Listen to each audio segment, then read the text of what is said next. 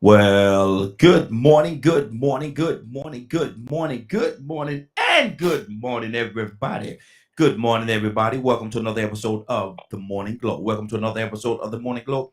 Got a great broadcast down for you this morning, as I hope and I pray that we always do. Good morning, King. Good morning. Good to have you this morning. I'm just a question asker, man. We got a topic. This is Way Out Wednesday. You know what this is? Way Out Wednesday. This is a day where we come together and we open up the phone lines typically, and whatever you want to talk about, we'll talk about it and talk about it in its entirety. But today is just a little different. Now, we are going to talk about it. We are going to open up the phone lines, but we got a topic today, and it's an extension of what we talked about yesterday.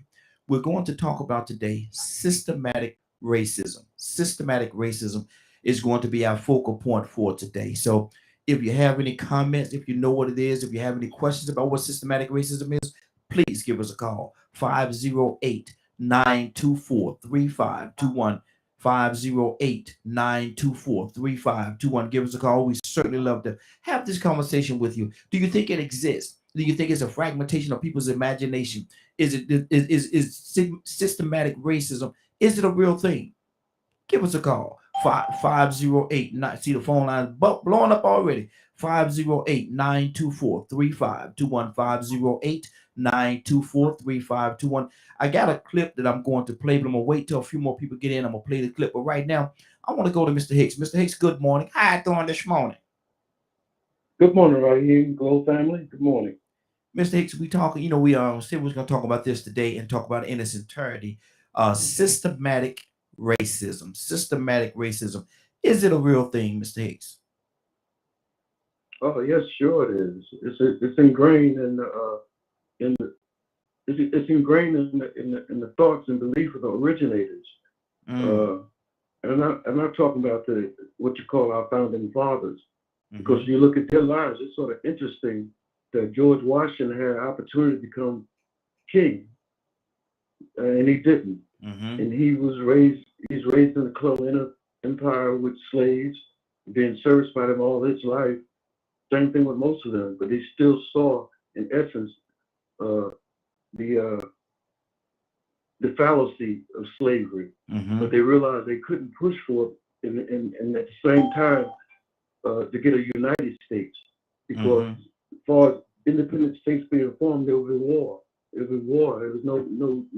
There's no way to be independent and with the concepts of the time of taking over land Mm-hmm. and expanding it. But systemic racism is there.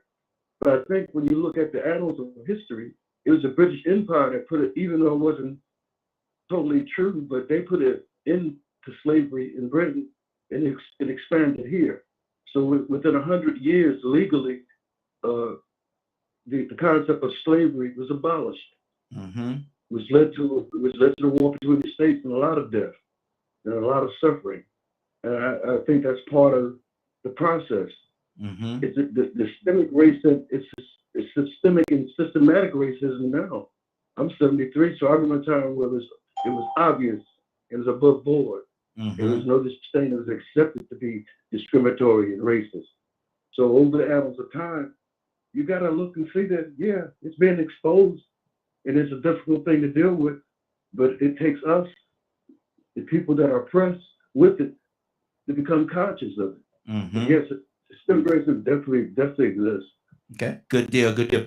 got a few other people that's called into the phone lines, and I'm expecting the whole cast and the whole crew to be in here today, man, because we're gonna talk about this thing Yes, sir. and really buckle down on this thing. The next person to call in is Curtis. Curtis, good morning. How you doing this morning?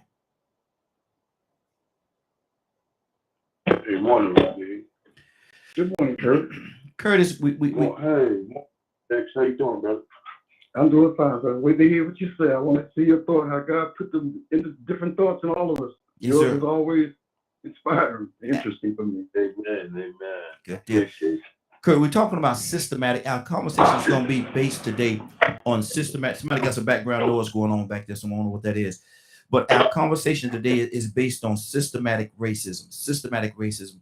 Curtis, is that a fragmentation of our imagination? Is it really real? Does it really exist? What is systematic racism, Curtis?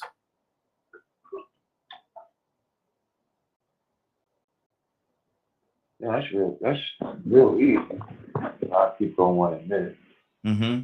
It's just set up to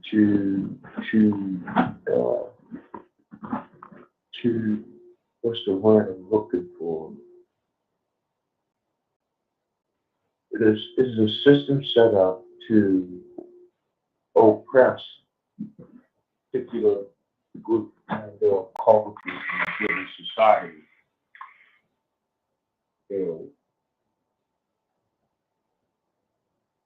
It's a system set up to oppress a given group and or culture in a given society. That's the easiest way to break it down. Okay, let's deal with that part of what you just said of specific. Now we know the answer, but for the sake of the conversation, for the sake of the listeners, who is that individual? Who are the individuals that is systematically positioned to hold back? So that's what it does, hold individuals back. Who are the people that we're talking about?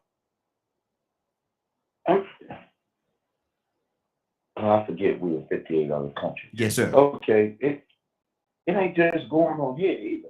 Mm-hmm. Here, the African American population, period. Ain't no ifs, ands, buts about. Mm-hmm. People can say we ain't, people can lie, trying, shucking jobs and all that. Come on, tell us this. We're gonna tell a spade like a spade. We're gonna call a spade a spade. Mm-hmm. In this country, in the United States of America, there is a systematic system of racism to hold the African American community from any progress, and what progress that is made, it is extremely marginal. Okay. Mm-hmm. But it don't just happen here. Mm-hmm. It happens in other countries. Yeah.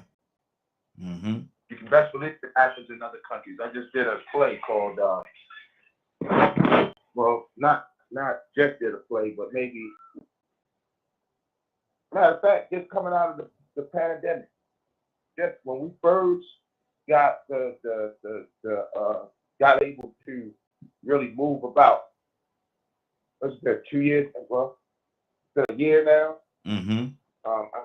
I did a play called Red Rabbit, White Rabbit, Red Rabbit, and it was about basically, in so many words, the possibility of systematic racism going on in Iran.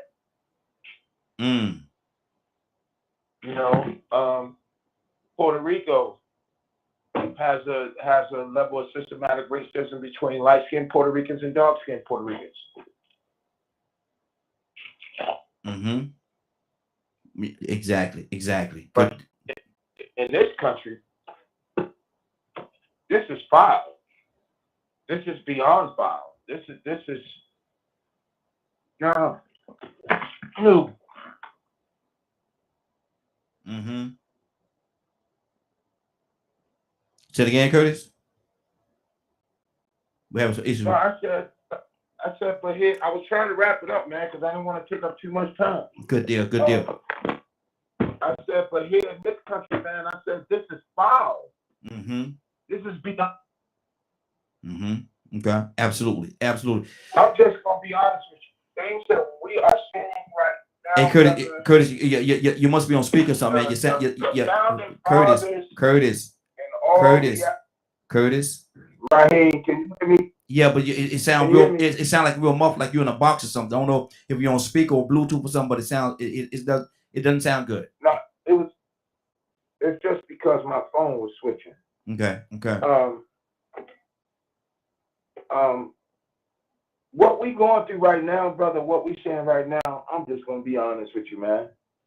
The founding fathers have not only turned over their grave, but they have put their knees up under their chest and stuck their booties in the air, telling all of these leaders to kiss my entire. Asbestos. Let's keep it Man, clean. This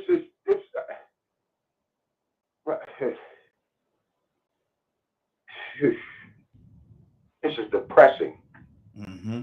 Let's keep this thing moving. Absolutely. Let's keep Mary. I know this is a topic you may not be able to comment on this topic. Mary, can you talk about it? And good morning. How you doing this morning? Mary? Good morning. How are you? I am doing well. We talking about systematic racism. Can you talk about that? I can't talk about that. Okay. Hold on. I'm trying to figure out a way to get you in here where you can make a comment or two and it not be in a bad or negative way. But let me go. We got some more people here. We got Toussaint. Good morning, sir. How you doing this morning? I'm okay. Good morning. Good morning, sir. We asked the question, Toussaint. We asked the question, what is systematic racism? Does it exist, or is it just a fragmentation of our imagination? Is it something them black folks just coming up with something, playing a race card again? Is that what this is? Systematic racism? No,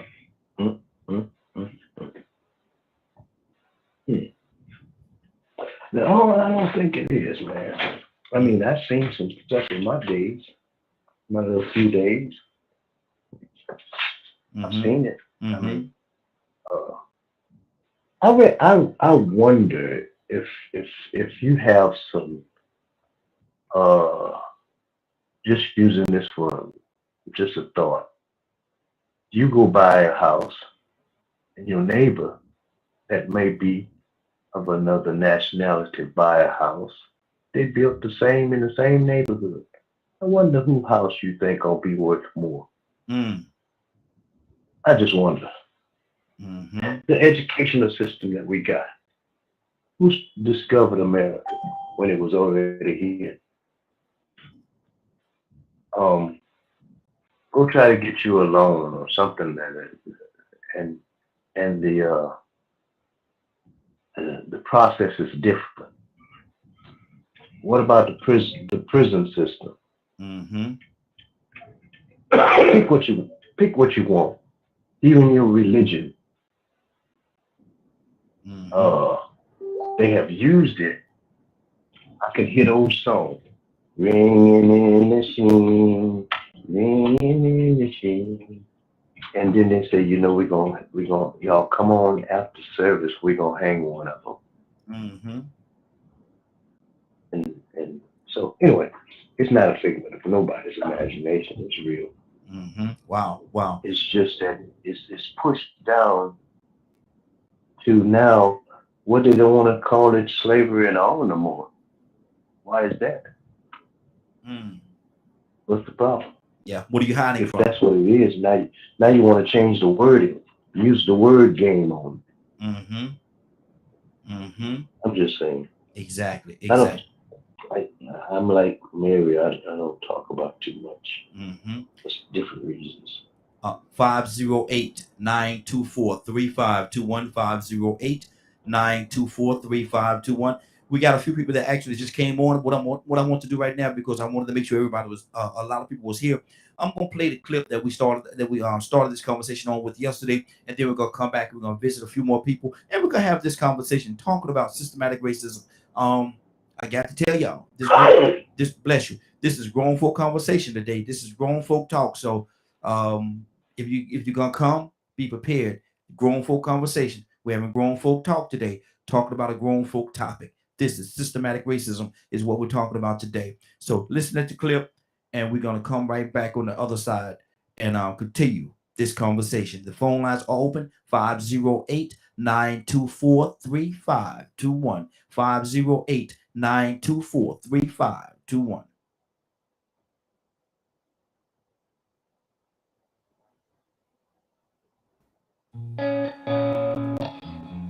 You might think racism in the US is really a case of a few bad apples. A racist cop here, a so-called Karen there, a leader of a white supremacist group. You know, people who deliberately hate. But we can't blame racism in America on just a few bad apples. Think of our nation's problem as more like an apple pie, with the racial injustice baked right into every aspect of our society. Meet Ebony and Emily, two American babies, one black, one white, born at the same time, same place, but Ebony will not get an equal slice of the pie, and that starts from birth. Because of her race, Ebony is 3 times more likely than Emily to die in the hospital as a newborn if her doctor is white. And once Ebony and Emily go to school, while both girls occasionally misbehave, studies show they won't face the same punishment. Ebony is 7 times more likely than Emily to be suspended, and 4 times more likely to be arrested on campus. When the 2 girls grow up and apply for jobs, odds are fewer employers will call Ebony back because she has a black-sounding name. And even though Emily and Ebony will get the same college degree, once Ebony is hired statistically as a black person, she'll make an average of 25% less than Emily. So why didn't Ebony get an equal slice of that apple pie? It's because systemic racism is built into our country's DNA. In the 17th and 18th centuries, wealthy white men needed land, so they took it from indigenous people and then forced blacks into slavery. To justify using blacks for free labor, the whites in power promoted a myth that blacks were inferior. And as Seattle-based author Ijeoma Oluo points out, our nation's institutions, politics, and policies were designed against the backdrop of that money-driven lie that black people just weren't as worthy or as capable as whites. Our school systems were built around this, our economic systems are built around this, our government systems were built around this.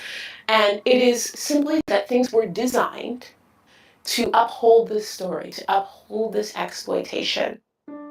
And even though slavery ended here more than 150 years ago, the racism that fueled it persists in systemic ways today. White Americans now hold 85% of this country's wealth. Black Americans, just over 4%, and Hispanics, just over 3%.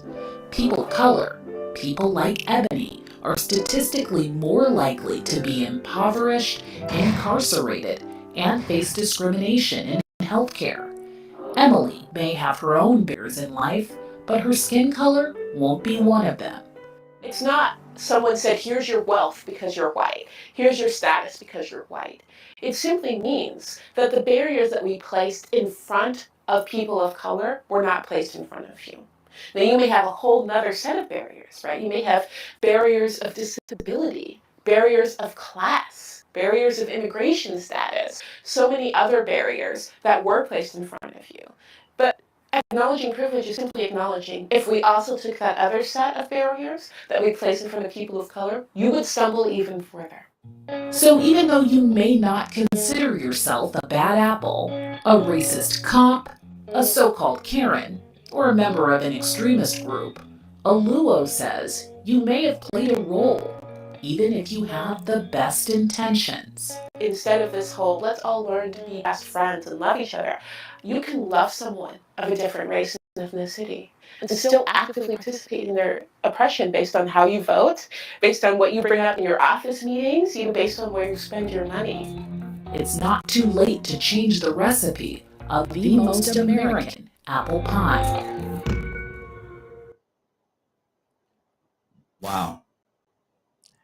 It's not too late to change the recipe of this apple pie. Helen Hansel. Toya with a T. Good morning. How you doing this morning? Good morning. Good morning. How y'all doing? Hey, doing good, doing good. Toy, you know, we're going to talk about systematic racism today. This is going to be the basis of our whole conversation today, based on that video and other experiences that we've had individually and collectively. What did you? I'm asking the question. We started yesterday with that clip, but now that you heard it a second time, what did you hear from that clip? I mean, the truth. The things that we've always been saying that this seemed like white folks didn't want to say. Nobody wanted to acknowledge it. That was just how it was. Oh, you're a Negro, and there's nothing you can do. And not, what do you mean institutionalized racism? Nuh-uh. That's just what comes with being a Negro. That was the truth, basically, in a nutshell. There was a letter. I'm watching this episode called Watchmen. It's a great. Oh, we lost Toya. Hopefully we'll get her back in here. Hopefully we'll get her back in here. Rico, good morning, sir. How you doing this morning? Man, I can't complain, man. I'm just glad to see another beautiful day. How y'all doing, man? Hey, doing good, doing good. We talked about this thing called systematic racism. We started it yesterday. We said we're gonna dedicate the whole broadcast today on systematic racism. Are we wasting our time? Are we talking about something that's fictitious? Are we talking about something are we dedicating the show to something that's not real? What do you say to that? Well, that's the reason why it exists, because people don't want to acknowledge it and talk about it. Mm-hmm. But first off, this is what we got to do. I brought this up yesterday. You have systemic racism and you have systematic racism. Mm-hmm. Mm-hmm. Now that video was on systemic racism. Systemic racism, yeah. So we gotta make sure we clarify which one we're talking about, because she said some key things in that video. The same thing that Dr. Francis Chris Wilson said. Mm-hmm. It's embedded in our DNA. Mm-hmm. In all aspects of our people activity, education, economics, you know what I'm saying? You name it. It's embedded in it, but it's unconscious and it's unnatural. Mm-hmm. So imagine something unnatural being embedded into your DNA. That's a bacteria. Mm-hmm. Wow. So we are infected by a bacteria that has unconsciously created a way of life, an unnatural thought process that morphed into that just the way it is. Mm-hmm. So you know what's really amazing is when you speak to a white person that doesn't realize something was racist, and then when you break it down to them, they're like, wow, you're right. Because they see it through my eyes. Mm-hmm. But see, some people never really even understand that it still exists, because unconsciously, the only experience they have is theirs. It's hard for them to relate to another person, what they're going through, and see their point of view.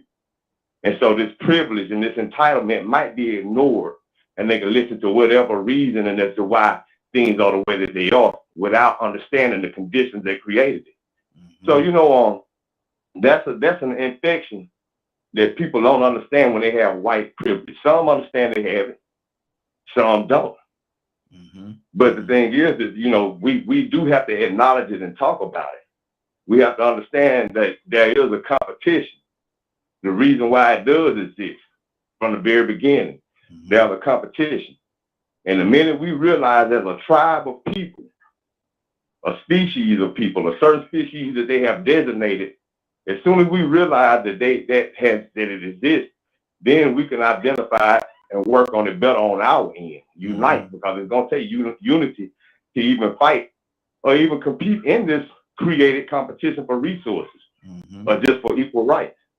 Exactly. But I think, man, this is, like I said, it's a very necessary conversation. We're not wasting our time. It's overdue. You know, we talk about people dropping the ball.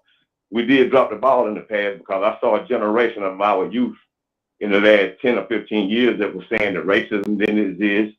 It was just us older black people that were stuck on that stuff. And then they had a reality check. Mm-hmm. Exactly. They had a reality check that just kept happening month after month after month after month. Young black men that looked just like them dying at the hands of white people. They're like, wait a minute. Mm-hmm. It is still around. Y'all wouldn't lie, because they didn't see how subtle it was. They didn't recognize how unconscious it could happen. They really just, you know, I don't know what made them distracted, but I think some of it was from us, and then some of it was from the fun and entertainment that they were having. Good that deal. made them not realize it still existed. But now we know that it's still here. Good deal. And now we got to talk about it and make a better recipe. Absolutely, absolutely. Let me go back to Toya with a T. We got disconnected there. I want to make sure that she's able to finish her thought. Toya with a T, what's on your heart, sis? Yeah, appreciate that. So yeah, I just sent you a clip of a letter that they sent some black soldiers over here back in the day. And the letter was expressing why y'all want to fight the Germans. I know them white people told you that we should be wiped out, but we never done nothing to you. All the things y'all go through, why are you listening to the white folks tell you to come slaughter us? That was a real letter. I had to look it up. Wow. That was a real letter. I had to look it up. And whatever this, like Rico said, I freaking love Rico. He said bacteria, because we've been saying spells and incantations. But he's right, It's an infection. It's an infection of wickedness that's always been in the hearts of humans. I ain't even gonna give white folk all that power no more, because the book and the research said black folk were first. They came from us. And humans always had slaves. We always abused slaves. Just think about the Pharaoh. This is what we do. We're wicked like that.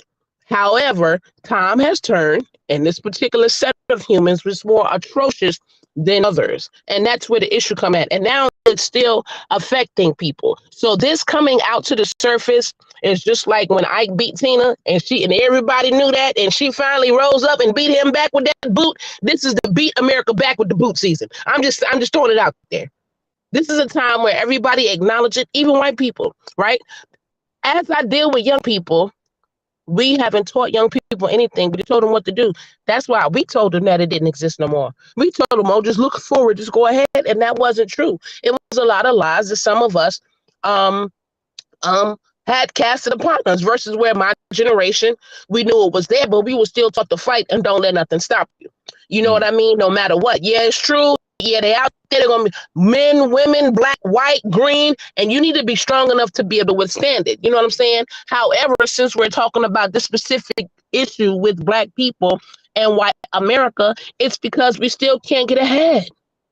We still can't, no matter what we do, no matter what loops we jump through, y'all still coming full force. And again, if y'all watch this movie, Watchmen, it's a really great movie, and it's a really great depiction on how Oklahoma police and things of that nature are trying to fight the actual so-called spirit of white supremacy that they know is everywhere. Like you're not gonna be able to get rid of white supremacy. You know what I mean? Like you're not like roaches. You're not gonna get rid of people who hate black people, who want to kill the world and will kill any white, Chinese, Mexican, or Latino that step in their way, because that's just the devils that they are. But this conversation is what we use to weed them out. You understand what I'm saying? This conversation is what we need to acknowledge to stop the abuse. Because if you don't know you're being abused, if you think that's the way of life, you're just going to keep on going. But we're being inhumane. So this topic of conversation, not only for one, is the proof and the evidence, but I feel like, this is where a special task force or department, because that's what the United States do, right? They form special task forces or departments to be able to solve these issues and crimes. And that's where we're headed. But us, the people, we can't waver now. We can't waver with voting, and we can't waver with our rights. So this conversation, like Rico said, needs to be had. We have to come up with an antidote for this bacteria, and that is going to be requiring us to fight back. And we have to keep that in mind, because this right here, this is some deep topics, and this is going to unravel a lot of our ancestral ways and a lot of things that's been going on in just black people's lives. And this is what we need to break the curse. We just have to be free from it. And I just think it's time. Absolutely, absolutely. And my thing is, I'm gonna be real tough today on the 3 minute, because I know this is real passionate. I've got a lot of people that want to say a lot of different things, and so y'all work with me with that, and don't be offended if I say 3 minutes. We got to move on. Please don't be offended, because like I said, we're gonna have. I know we got a lot of people in here already. I know more people are gonna call in. So let me go to our goddess. Goddess, good morning. How you doing this morning? Good morning. I'm doing just fine. I see we got some good topics going on. I see my sister Toya and Rico Pico James is throwing down too. So I have to get in the conversation. You call that man LeBron James' cousin. You call him Rico James. We named him, man. Lord Jesus. Okay. But what we're talking about today is systematic racism. And I played a clip earlier. I don't know if you heard the clip, but I played a clip earlier where she was pointing out some different things about this thing. But my thing to you is, Goddess, do you think are we wasting our time? Is this something that's real? Is systematic racism something that's real, or is it just the black people playing that black card again? What do you say to that? Systematic racism is totally real. Look at what's going on with the ARPA money. Mm-hmm. There's a section in the ARPA money right now that states that money is supposed to go to Black and brown, low-income families, businesses, and anybody. And there's a section in there that says if you represent Black and brown, then you are able to get the money. Each state was sent $87 million. I'm sitting up here looking at right now that how our Black and brown communities is not getting that money because we weren't told how to get the money. Mm-hmm. Our own people are blocking us and not telling us what we need to do to get money. What money is that again, sis? Put that back out there again. It's called the ARPA money. That was the money that let me see if I can send it to. I don't know how to do that. Send it to I me. can send it to Rico. Rico, can you put it out there?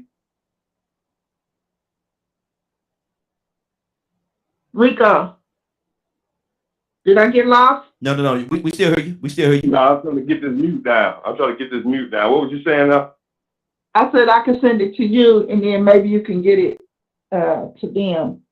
It's the ARPA money. I try to put it in the message and send it to them. Yeah, and it's in part of the ARPA money. I mean, the ARPA money states that this money is supposed to go to Black and brown communities, businesses, housing, all that. But it's not being applied correctly the way it should be applied. Okay. Our Black businesses are not getting the funds. Mm-hmm. They're giving us maybe 10,000, but we're not getting the millions that everybody else is getting. Mm-hmm. Wow. And that's going on here today. What is it? 2022. Mm-hmm. Mm-hmm. They still now developing, looking at it's called the CRA Act. Mm-hmm. Where the banks didn't fund people in Black communities in certain areas, and they're supposed to come out and do certain things for us. So that's the CRA Act. Mm-hmm. I just know on the financial level, I'm our redlining. There's redlining issues all over each state. Mm-hmm. Mm-hmm. Let me tell you what's happening now. 30 seconds. And what I'm fighting now is our Black historical things where we're trying to save our Black treasurers. Mm-hmm. Just look at Harlem. And what they're doing is once they get the funding, they're trying to save the Black treasures. What they're doing is they're moving in all the white people in the Black areas. Mm-hmm. Mm-hmm. Hold right so they there. can enjoy our history. Exactly. Hold right there, sister. I gotta keep it moving. Like I said, I'm gonna be real stickler on the 3-minute thing today. So stay right there. Don't you go nowhere. We're gonna keep this thing moving. We're gonna come back to you. Mr. Hicks, what's on your heart, sir? Yes, sir. I'm trying to keep it short. When I came back from overseas as a young man, I became a Marxist. I read all the literature, and I believed it that way. And I just realized that when you're getting information, critical allowance on what is their purpose, what are they trying to say, what are they trying to guide me to think. But when I think a lot of people here probably need to read the Communist Manifesto and then go back to Darwin's theory of evolution. And then you sit down with read a little bit what Thomas Sowell said to give you a different kind of perspective. But But yeah, it's easy to look at all what's gone bad in our spot, and I get with that. But I look back over the annals of history and what was happening before this experiment in America, before this first time that we had a position to rule ourselves, not by kings and popes and all that stuff. That's right here. But that's it, bro. I'm gonna give everybody else a chance. But if I can suggest something, go read the Communist Manifesto, then you can see which direction this country is going. With a rotation of the moral basics that's based in Christianity, and that's whether you want to accept it or not. The very core of that is what made this change in the world. But it's bad. But I've seen worse. Wow. Good deal. Curtis, talk to me, brother. Next time, come out, I'll let you talk. Mute your line, Mr. Hicks. Mute your line for me, sir. Curtis, what's on your heart? Yes, I'm trying. Well, yeah, Sid just said something, right? That really resonates with me, right? Is if you want to look at systematic racism, right? She just said, right, that basically they're allowing for their folks. They put this money out there, right, and their folks are given the opportunity to take advantage of that very same money that ain't even laid out there for them, right? That's how they doing what they're doing.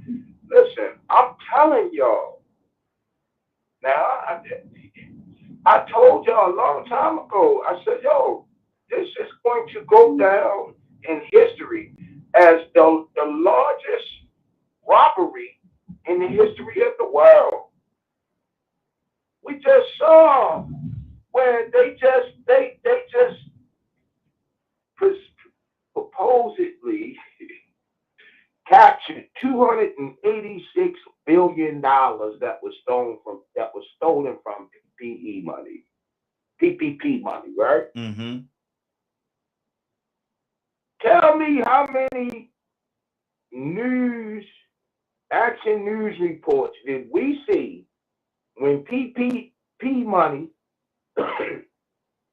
came out and was established to help folks? How many news reports did we see where these small minority-owned companies were saying, hey, we didn't get any of this money? So where'd they recoup this money from? These fraudulent, supposedly the money was recouped from people filing fraudulent claims so that they could get PPP money. Our former president had a homeboy that took $91 billion and told him, I'm not paying nobody nothing. They can all be laid off. I'm going to put the money in the bank, and I'm going to go with the rule that say, if after 2 years, I do not spend 75% of this money on salaries and I have to pay it back. So he took $91 billion and put it in the bank account. And his plan is to let it sit there for 2 years, earn all the interest that we could actually earn, that he could actually earn, and then turn around and just give him the $91 billion back. He just made billions of dollars just off of just letting this set in an account. Exactly. Here it is. 30 seconds. Here it is. Go ahead, Curtis. Here it is. Your black-owned, your minority-owned businesses couldn't even get approved for anywhere near that kind of money. Wow. You see what I'm saying? Redlining is real. This is one of the premier hubs of redlining. Baltimore City was one of the premier hubs of redlining. Baltimore and Atlanta. Keep it right there, Curtis. We got to keep it moving, man. We at the 3 minute right now. I got to keep this thing moving. Let me go to Rico. Talk to me, brother. What's on your heart? And I need y'all to really talk to me, man. We're talking about systematic racism, man. Let's have this real conversation. Let's really talk this morning. Rico, what's on your heart? Yeah. I'm gonna say it again. I'm speaking on systemic racism. Yeah, I keep saying it wrong. Systemic. I keep saying it wrong. I keep saying it wrong. Yeah, I'm go just ahead. being funny, Y'all know, man. y'all know what I mean, though. Go ahead. I'm gonna start the You timer. know, the thing is, man, I don't know if I'm gonna talk long. I think I want to do more listening because I want to hear the psychology in the process of the conversation. Mm-hmm. But hopefully, in this thing, I think to me, the best thing for us to try to do, or I want to get out of this, is getting people to understand that systemic racism exists and how it exists, what it is. It's anti-black racism. Yeah, yeah. And like I said earlier, Dr. Frances Cress Wilson, she explained it best. It affects all aspects of people activity. Education, economics, entertainment, love, labor, politics, religion, sex, war, passport, everything. It affects every part of our existence, and some people don't even realize it unconsciously or subconsciously, subvertly affects these things, all of our people activity. So then once we understand, or get people to understand that, you know, you have people that do tests, like Dr. James that did the test with the black dolls and the white dolls. Or you have the video I sent you where they had, listen, not just white teachers, but also black female teachers, black teachers too. That you remember they set 4 children down. Exactly. White girl, white boy, black girl, black boy. Said, we want you to watch all these children to see any instances of misbehavior. And all of the teachers, even the black ones, for some reason kept their eyes on the little black boys. Like I said, you know, that the video you played mentioned the black girl, but man, it's probably 2 or 3 times as rough for young black males. Absolutely. Young black babies. Absolutely. So, you know, this condition that exists, we have to make sure we focus on breaking down and showing how it exists in all these different aspects of our existence, and then finding a way to cure it or get that infection out of our heads that we didn't realize existed because it's so covert. See, it ain't as overt as it used to be. It's more mental and psychological. Yeah. You know what I'm saying? It affects economics. You know, most people think economics is the cause of it. Now, economics is just another tool. Exactly. But that anti-black racism, it goes way deeper than what we understand. And to some people, they don't think it exists. They just think that we choose to be the way that we are. They don't understand the system. See, once we understand that this is really a system that exists and it evolves and it keeps existing because certain people need it to exist, then we can fight it better. But right now, you got a lot of people in denial and they're distracted. Right now, I'm battling people that's mad about a high school football rivalry. Other black people that look just like me. Wow. They're divided by a high school football rivalry. Exactly. Hold right there, Rico. Hold right there. I got to keep this thing moving. Let me go to Toya with a T. Toya with a T. In the clip, the young lady was explaining that, and you being a young, educated black woman, she was saying that in the clip, you and Emily, and Emily, you being Ebony in this particular instance, you get a job with the same credentials. Yep. But you will make 25% less than Emily. Tori, how does that make you feel? I believe it. It's made me feel the way we are. I've always felt. I've always known that. I told you yesterday. I saw what happened because they're gonna pay Bob 45% more than me and Emily. So Emily finna fooling with me because she angry too. Angry gonna be want to be mad because Bob make one of her, and Bob make her do this, so she gonna make me do this because that's how it go, and it's true, and it's always, been like that. I was just looking up something else, right? So Stokely Carmichael, these 2 guys that wrote Black Power, he came up with the word institutional racism first, and now they took it and changed it to systemic. See how they do? Yeah. You see how they do? That's how they do, and we do it too. It's so subconscious. It's so now a part of a DNA as human beings. We all do it, and the bacteria is so bad. It's like COVID. It went global because even Chinese act like that towards black people. Other races all over the world got the tendency to want to act like that towards black folks, and it's still going on today. To record, there are 40 million slaves right now on this globe. Right now on this globe, and the vast majority of them are still black. Mm-hmm. So it's true, you know what I'm saying? And now they're telling the truth in our face, and this is what makes me cringe, right? Because now you're waving this truth in my face like I'm not gonna do nothing about it. You got the wrong black girl over here. Mm-hmm. You know what I'm saying? That's how that became my drive now, because I was a part of this. Oh, why go to school and learn their information and do this? No, I need to go to school because I need to know how they play the game. So now I'm gonna flip the game on them. That was my main purpose of going back to college, because I need to understand, okay, how does this system go? Oh, okay, so this is what it does. Okay, let me get my PhD too, so I can start writing some things, throwing it out there too. You understand what I'm saying? So now that I'm learning this system, I know the system is going to crumble, and I want to be a part of taking the system back from them, creating a new system, because it's true. I don't want to do more work, and I'm going through this right now. One of my bosses, I work more harder here, at least with black people, more harder here than the other two, and you pay less. I'm going to have to make a change. I'm going to have to make a change. You understand what I'm saying? So this is a cycle and something that we go through all the time. And we have to, again, wake up people, whatever color you are. This is an American bacteria, an American infection. This is not just for black people. Yeah. You understand what I'm saying? So we have to start to build our own. You know, we have to stop working as hard for other people and not willing to do it for ourselves. It's like, what do we have to lose, America? You understand what I'm saying? So a part of fighting back this bacteria is that, first of all, don't isolate it and think it's just for black people, because you're getting done too.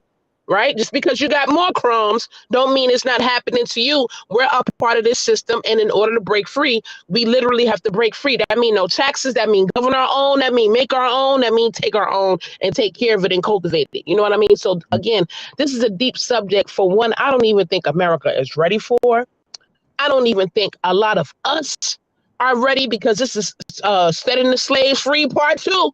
You know, a lot of us didn't want to be set free back then. So this is part 2. Do we really want to be set free? And God said something earlier. Yes, there are a lot of house Negroes that were in between us getting them 40 acres and that money. You know what I'm saying? So again, this bacteria, it runs deep.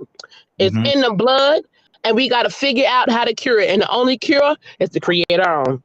Absolutely. Absolutely. Let me go to Mr. Hicks, then I'll come back to God. Mr. Hicks, what's on your heart? Ms. Hicks, you have somebody in the car that want to say something as well?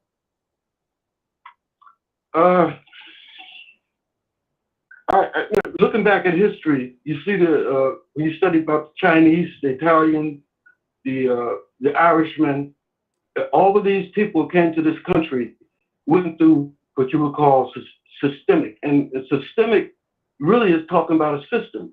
Systemic is talking about the same thing. It's a play on words, but systemic goes back to the very beginning. In the very beginning of this whole confusion we have is going to resolve in maybe another 1,000 years, is undermining and destroying Darwin's theory of evolution and the favored races. That's the full title. Once you understand that, you understand that this came about in the early 15th and 16th centuries, when people were coming from Europe to establish this thing. A lot of those we would classify now as black folks, but they wasn't classified as being black. Even in the war between the states, there was many people that we would call black, again, fought on the other side, because they bought into the system. The economics is they got freedom and they got slaves. The Indians got beat down by the army, they got slaves. So I think that if you look at one side of this coin, if you look at that just particular thing, that why this happened specifically just to us, it didn't happen just to us. It was all people that didn't own land. If you wasn't a landowner, you were white. That's why they created whiteness, to give the poor white people that kind of feeling that, okay, we ain't got nothing, but we're over them.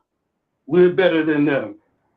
And it crushed the unity that they began to organize. Yes, sir. I thought you tried to say something, bro. Go ahead, sir. I think that, again, when I began to learn the history, and I was reading with people around me wasn't reading and understanding things, maybe always stood out, that I couldn't understand people being a victim. As a person, as an individual, we are built to overcome things. That's what the Creator put inside of everyone's heart and their chest. No matter what the situation is, you got to personalize it. It's all personal. You want to do things collectively. It ain't going to be done collectively. It's one person inside of themselves realizing a different reality and reacting out of love, not out of anger, hate, but understanding that it's not personal. Even though we feel it personally. 30 seconds. We just, yes. No, go ahead. Finish your thoughts, sir. You know, I mean, can you imagine coming out with getting military training, how to use weapons, and do with a psychology and a belief that I'm a person, I got to go out here and fight somebody, I got to kill somebody, I got to get guns to do it. We're gonna take guns to do this thing. It's throughout the history. I've learned this. When you fight an enemy and you have to fight him on his ground, you become just the beast that he is. And when you take over, you become the same beast. We can see it all the way through the colonies of Africa when we got our liberty in different countries in Africa. We oppressed our own people. So there's something happening in the heart of man that has to be checked. And that can only be done when you look at the physical, but then you got to turn and look at the spiritual. Where did this come from? Why is this happening? Good deal. Good deal. Stay right there, sir. We gotta keep this thing moving. I'm gonna go to Godless. But I want to throw something out there from what you just said. It's amazing how Nat Turner was a hero when he was doing it with the way they wanted him to do it. But when he had a change of heart, he became a villain. It's kind of amazing. Godless, what's on your heart? I don't know about them, but he could be more villain than me. So, but what I will say is, y'all need to recognize there's a difference between human and mankind. And I ain't gonna go no further than that. If you don't know the difference between human and mankind, you might want to look that up, okay? Because the Bible does speak about it. Another thing is that we need to recognize the fact about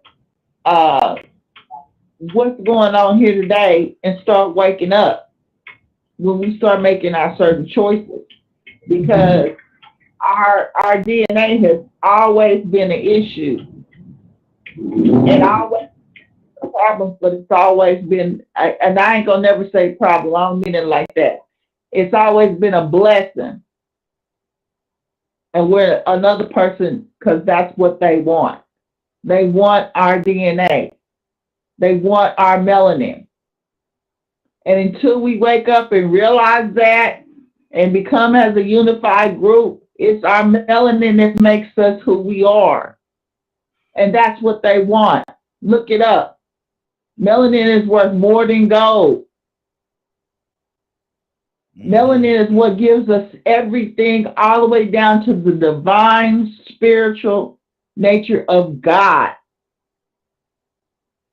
In Genesis, it tells you that about our pineal gland and how we have the divine power within ourselves to see God.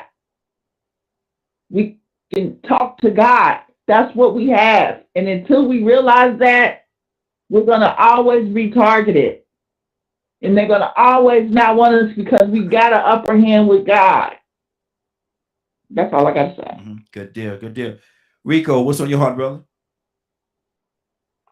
Yeah, man. Once again, like I said, I just want to, get to crawling before we walk. Because some things could be so complicated and some so deep that, people run away from it. So you have to feed them with a baby spoon. And sometimes feeding them with that baby spoon, you have to just sit them down and show them the simple things that reflect racism that they don't understand is racism. Like I said, it ain't just white people that need to understand that systemic racism exists. You got a lot of black people that need to see it. I mean, come on, man. We got black people that feel like, man, it ain't no reason for black people to be in the condition that they're in. We got a lot of black women that say, ain't no reason for no black man to be out here broke. With all these opportunities, they forget about the system. They forget about the system and the purpose. Maybe we can give the women more opportunities and advantages and benefits. At the same time, suppressing the black people, even more the black man. We don't give him nothing. See, we still forget that when he come to this job, for this interview, even though his opportunity is out there, he going in there looking at that opportunity or looking for that opportunity as the same black man that they've been trying to suppress. So he might not get the job.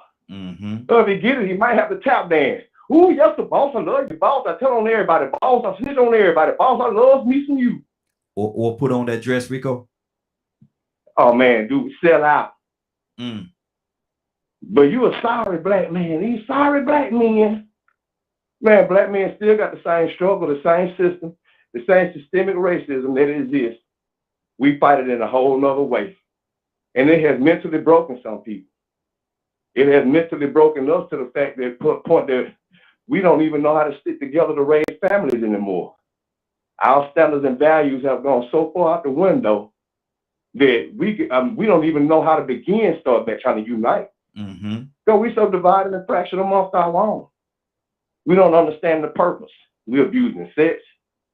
We're making money so we can spend money. That is our whole value system. It is right. If it makes money, it makes sense. Our standards and values have changed in this system, trying to survive in it, not realizing we needed to compete. And what it took to compete was a logical nuclear family with the mindset of trying to overturn this thing. Instead of realizing, instead of thinking, hey, we done made it. So you can tell that's what happened at a certain point in time. Black people got comfortable and they thought they made it and they joined in on the rat race. Exactly. Let me give the number 508-924-3521, 508-924-3521. Curtis, let me ask you this question. Excuse me. Let me ask you this question, Curtis. If you are in a group of people and half black, half white, okay? And all of y'all are friendly. All of y'all are very friendly. Maybe y'all work together, co-workers, friends, have been knowing each other for a long time, or whatever the case. And they ask you, one of your white counterparts asks you, Curtis, what is systemic racism? What is everybody? Y'all okay? What? Right, I can't understand nothing you saying, bro. What you mean? You can't hear me? No, your call is coming in and going out, coming in and going out. Okay, I'm hearing background noise on your end. Do you have me on speaker? You have me on speaker or something? Because I'm hearing background like your windows are down or something. And so, Rico, can you hear what I'm saying? Hold on. Rico, can you hear what I'm saying? Yeah, like he outside or something. Yeah, but can y'all understand? I hear you. Can y'all understand what I'm saying? I hear you. Okay. Yes, I hear you. Curtis, there's something on your end, brother. There's something on your end. Everybody else can hear me, so it's something on your end. But let me. I can hear you. It just sound like you going in and out. That's what I'm saying. It's something on your end because everybody else hear me clearly, so it's something on your end. But But let me ask you this. Let me ask you this. Can you hear me? Can you make out what I'm saying, brother? Do I need to go to somebody else? Yeah. Go to somebody else. Okay. Right? Toya with a T, let me ask you this question. You're in the same scenario. You're out with a group of your friends, and black and white, all y'all together having a good time. And one of your friends come to you, your Caucasian friends come to you and say, what is systemic racism? Do you feel the need to even have to explain that if they came to you? Maybe they're interested, maybe they're being funny, or whatever the case. Do you feel the need to explain that to them? Well, you know me, I'm telling you the T, so I don't mind, but I'm gonna do all the emotions you just said. I'm like, are you for real? Yeah. You not for real right now. Well, yeah, but that's possible in life, right? Because you can just be talking over this child their entire life and never explain to this white child what it is. And a lot of us walk around because it's in the air, but no one ever actually had a conversation with you on what it is. And it's still just an assumption because they don't teach that in school. And that's what we need to be careful of when we raise kids. A lot of us talk things in the air and they should know. But did you ever have a conversation or show them how to do such a thing? If you did not, you can't assume that they know. So I will go. You know what I'm saying? You know where I'm coming from when I say that, though? Yes. You know what I'm saying? So once you look at me and I see you're for real, then I'm going to explain to you, listen, as a black female, I'm probably paid 30% less than you, 55%, 50% less than your counterpart, equally. They want me to work harder, run faster, jump higher, do all these tricks, and still at the end of the day, don't take advantage of the same benefits that you do. You get better interest rates on loans. They're doing experiments right now to where when I sell my house, I'm going to get 35% less than you are, and you across the street from me. You're going to be quicker to get a loan. You can have 17 cars and not pay none of them, and you'll get a car, and I won't, just because my name is Latoya Fluker. That's what it is. Yeah. Just because my name, and they think that I'm a Negro, that means I'm going to get less on everything. I'm going to have to put more effort in everything across the board. You name it, you pick it. Police are going to pull me over faster. Police are going to send me through the ringer versus where you have a pistol sitting right there next to you in your car, wailing it in the air, and they'll let you go. But if they even think I got a pistol up in here without no permit, I'm going to jail. Period. Period. You understand what I'm saying? So when I speak with people, I don't use eloquent language. I'm going to talk to you like you need to understand the words that are coming out of my mouth. They don't play with us. They don't cut us no slack. Yeah. You know what I'm saying? We don't have the luxuries of just walking down the street and not everybody's so-called being scared of you, thinking you're going to rob them. They the thieves. You the ones that came and stole the whole land. You walking down the street, act like somebody going to do something to you. Stop with the jokes. You understand what I'm saying? And that's the best way that I can explain it to them.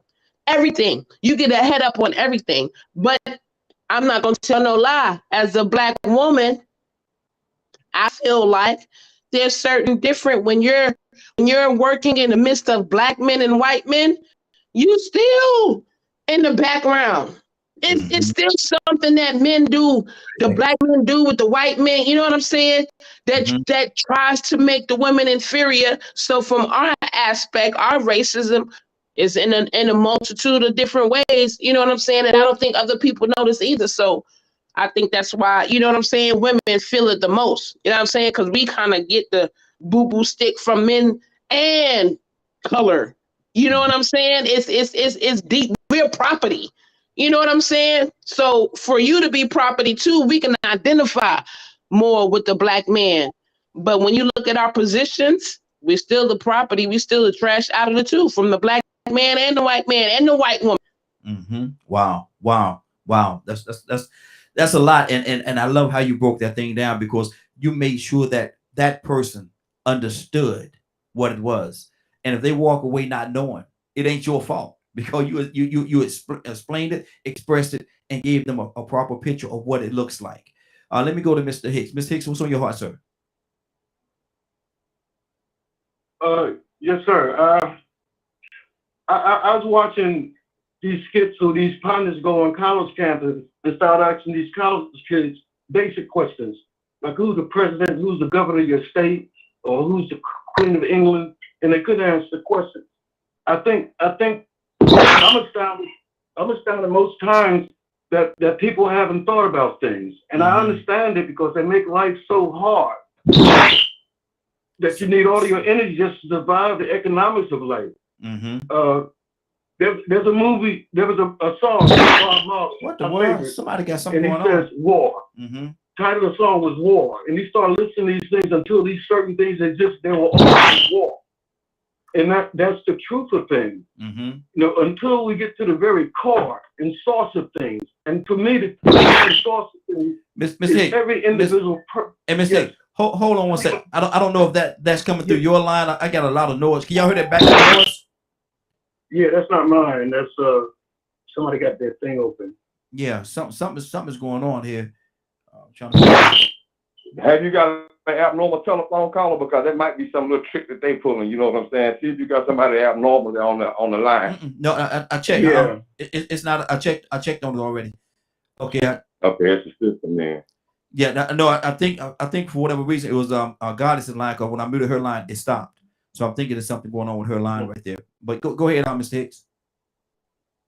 Yeah, I guess in from the land is plain now, Kurt. I think when you don't recognize the power that's been endued in you as a human being, that's been given to you by the Creator. And when you believe the obstacle in front of you are too big to even accomplish. But I think the biggest thing for me, and a suggestion, is to find a way to maintain peace in your life and avoid slipping into the angers of revenge, resentment, and hatred. I mean, for me, I recognize that there's a force operating outside of this human earth, the experience that have influence on everybody. I think that when you vibrate at a certain level of hate, revenge, resentment, and all those things, you attract into your life certain spirits that are not physical, but living.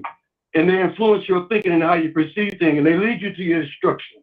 Lead you to the attitude of hate, resentment, rather than love and compassion. I think if I was just for real sitting down with a group of white people, it's always difficult for me in terms of talking about these things because they don't know. They don't know. They can't relate to our experience. I mean, they might do it intellectually from a feeling, emotional. They just do not know. I think that, again, we're living in that time of revelation where things that are hitting are being revealed. In the political scene right now, we're watching political unraveling of a conspiracy. And I'm not going to get political with it because I know that's confusion. But if you look at it clear, one side is headed one way and another side is headed another way, pulling this country to another thing. Absolutely. And we're in that point of decision. Which side are you going to fall? Your spiritual influence on, not God and do anything. Which side are you going to recognize? Exactly. Good. I got to keep this thing moving. There's a lot going on, but my thing is this right here. It's hard for me to sit and say a conscious person, a person that's conscious, that pays attention to their environment and things that goes on in their environment, could not know that systemic racism is out there. Systemic racism is out there. Whether they want to address it, whether they want to acknowledge it, that's a whole different conversation. But to say that you don't know that it exists or that it happens, that's kind of tough for me. Badger, good morning. How you doing this morning? Good morning. What do you say to that, Badger? What do you say to a person that say they don't believe that systemic racism is something that's real? It depends on the person. Most of the time, if it's a white-skinned person, I tell them they're a bloody idiot. Not that word, but you get what I'm saying. I know exactly what you're saying. Yeah. And then proceed to explain to them how it works. And it's one of, it's wild. He goes, though. It seems to be more common with folks that aren't as racist.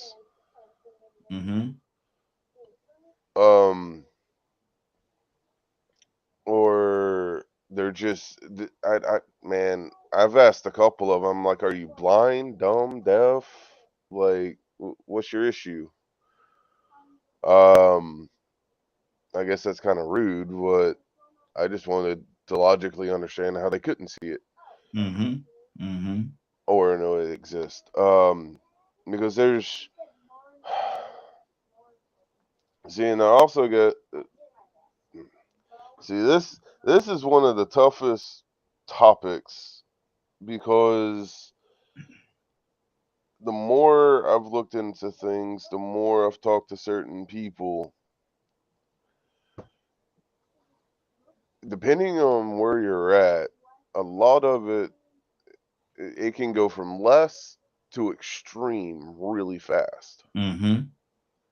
So in those extreme areas, if it's supposed to be run locally and the people around there aren't speaking out, it's kind of hard to change things. If they're not saying, hey, I was treated like crap and here's the evidence and so on and so on. Instead, they're still in that silence mode. And I get so angry at that, because it and I speak out about it. But 30 when you're by seconds. yourself, you're Mm-hmm. kind of in trouble. Mm-hmm. Wow. So it's trying to get people to speak up and speak out. In the areas where it's still happening, that's an issue.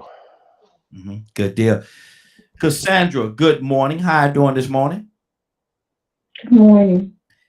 Cassandra, how we talk, we're gonna talk, we're talking about systemic. I have a hard time saying the word, certain words, systemic racism. Well, I can't get that out for nothing. And Rico was picking up earlier because, man, we talking about two different things. No, I just can't say that word, brother. But how important is it to you, Cassandra, that if you're in a group of your friends, be it a mixed group of black and white, and they're talking and this conversation come up, how important is it, or does it matter if some people are very uncomfortable with having this conversation? How important is it that you continue the conversation and continue down the path so that they can understand exactly what it is and what we are up against when we say systemic racism? I'd like to give an example that I think would sort of answer that for you. On Monday, I was in Kennesaw picking up some things from a white lady that's selling her building in downtown Kennesaw. Mhm. Beautiful building, expensive area, because Kennesaw is really moving quickly coming up. Yeah. And she was saying, I was telling her what I do, and dealing with civil and human rights and stuff. And she said, "Can I just talk to you?" And she started telling me that the reason she is selling a store that her and her husband are building, that her and her father, has had for over 30 years in downtown Kennesaw, is because right across the street, I didn't even notice it when I came in, there is a racist business. They sell the Klan stuff. They push that narrative, and they have done that for over 30-something years. And so her and her father have been trying to get the city council to shut the building down for years. Mm-hmm. And they said, no, they've been grandfathered in. They can't do anything because it'd be a lawsuit and blah, blah, blah, blah, blah. So the gentleman who owned the racist business died in January. So they were like, okay, can y'all go ahead and shut it down now? And they said no, because the lady who bought it is under his grandfather law. Wow. Because she's keeping it the same building. So she's very upset. They're closing the business down because they believe that if you say that you want things to be right and you're representing your entire community, how is it that you could have on Main Street? This is downtown Main Street, Kennesaw. Mm-hmm. She said she just could not, her and her father could not go with that. So they're shutting down and selling that building because of that reason. And she's passionate about wanting to see change. She's a Republican. She said she's lost just about all of her Republican friends because she stood against what your boy was doing, 45 was doing. Mm-hmm. So I just wanted to give that as an example. There are people that are willing to hold the conversation, and she actually wants me to come and do a screening of Always in Season, the documentary about lynching and racing, at her building before she closes it down in January. That's good. That is someone that wants to make a difference. I would love to talk to her. I would really love to have a conversation with her. And she's amazing. She's actually amazing. I would love that. I can set that up. Okay, make it happen. Definitely, let's make that happen. Rico, there are some people across the board that really would love to have this conversation, but there are some other people, Rico, that are very, very uncomfortable with even the idea or the thought. Your Karens, if you will. How do you reach them, or do you even try? Whose parents? I know I said Karens, them Karens. Oh, Karen. Oh, Karen. I mean, well, if they're in defiance, you can't. You know what I'm saying? But if they're willing to sit down and talk, about it, then, it's easy to explain it to them. I mean, you asked the question earlier, and the first time you asked, if somebody asked you what systemic racism was, would you talk to them or tell them or whatever? And then the second time, I think you asked, what if they said it didn't exist? Mm-hmm. Yeah. See, now they was in denial of it. They already know the conversation, mm-hmm. and they trying to say we making it up. We just need to pull up our bootstraps and get at it. We just lazy. It ain't no excuse no more. And we're going to have it out. But if you ask me what it is, I'm not going to feel any type of way because it's a very good possibility that you don't understand because you have not had an opportunity to go through this experience of not having the benefit of the doubt, of telling the truth and being told you're a lie, of knowing that you are qualified, but then not being recommended for something that you know you deserve. Because somebody might say, well, you know what, he ain't educated enough, or maybe he doesn't have a look. You ever heard this thing called about somebody looking presidential? Yeah. That's the standard that they set. You know what I'm saying? You got to look a certain way. Once again, a standard that you have to fit into this system. So once again, man, you know, we got to understand what this system does. And what it did, it divided us and it classified us. It categorized us, categorized us. But to a certain point, not only like I said, it's one thing to try to get the other people that don't suffer from it or that aren't on the losing end of it. It's one thing to get them to understand it, but it's another thing to get our own to understand how divided we are. You know, like and this ain't no badge on Toy, but I'm gonna give this example. When she said that about the women being getting the least of it. To a certain extent, that's almost like saying we got it worse than y'all. And then with men will come back and say we got it worse than y'all. Because I could easily come back and say, hey, remember that test with the teachers and the students, the young children, 5-year-olds. You see how all those women, even the black women, looked at the little young black boy and he wasn't doing nothing wrong, but they kept their eye on him. That's almost the same as locking your door when one of them walk by. So black men can also say that too. And then we feel like, well, we the worst. No, how about it evolves? In some instances, they treat black women the worst. In some instances, they treat black men the worst. In some instances, the black women treat the black men the worst. In some instances, the black men treat the black women the worst. It is all a part of systemic racism. That's the problem. Exactly. So if we could actually acknowledge that these things are happening and it affects us both equally, just in different ways, then we could prop each other up and stop saying that, well, we getting it worse than y'all. Well, we getting it worse than y'all. How about we all both getting it in so many different ways? Because like I said earlier, it affects all aspects of our existence.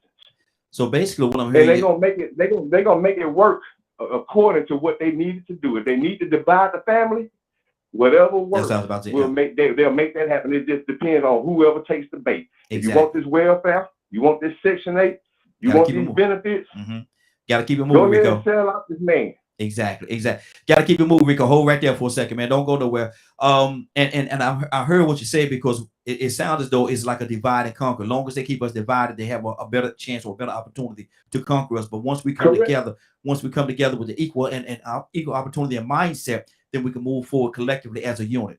I understand what you're saying. Once we understand how that system works, that's what the system is designed to do, and we letting it do it. So we got to question what part we contribute to systemic racism because of the unconscious science behind that system that we participate in ourselves. Good deal. Let me go to Goddess. Goddess, it was something going on with your line a few minutes ago. I think you may have gotten it fixed, but what's on your heart? Just talk to me. This divide and conquer thing, does that exist? Did you say Goddess? Yes. Okay.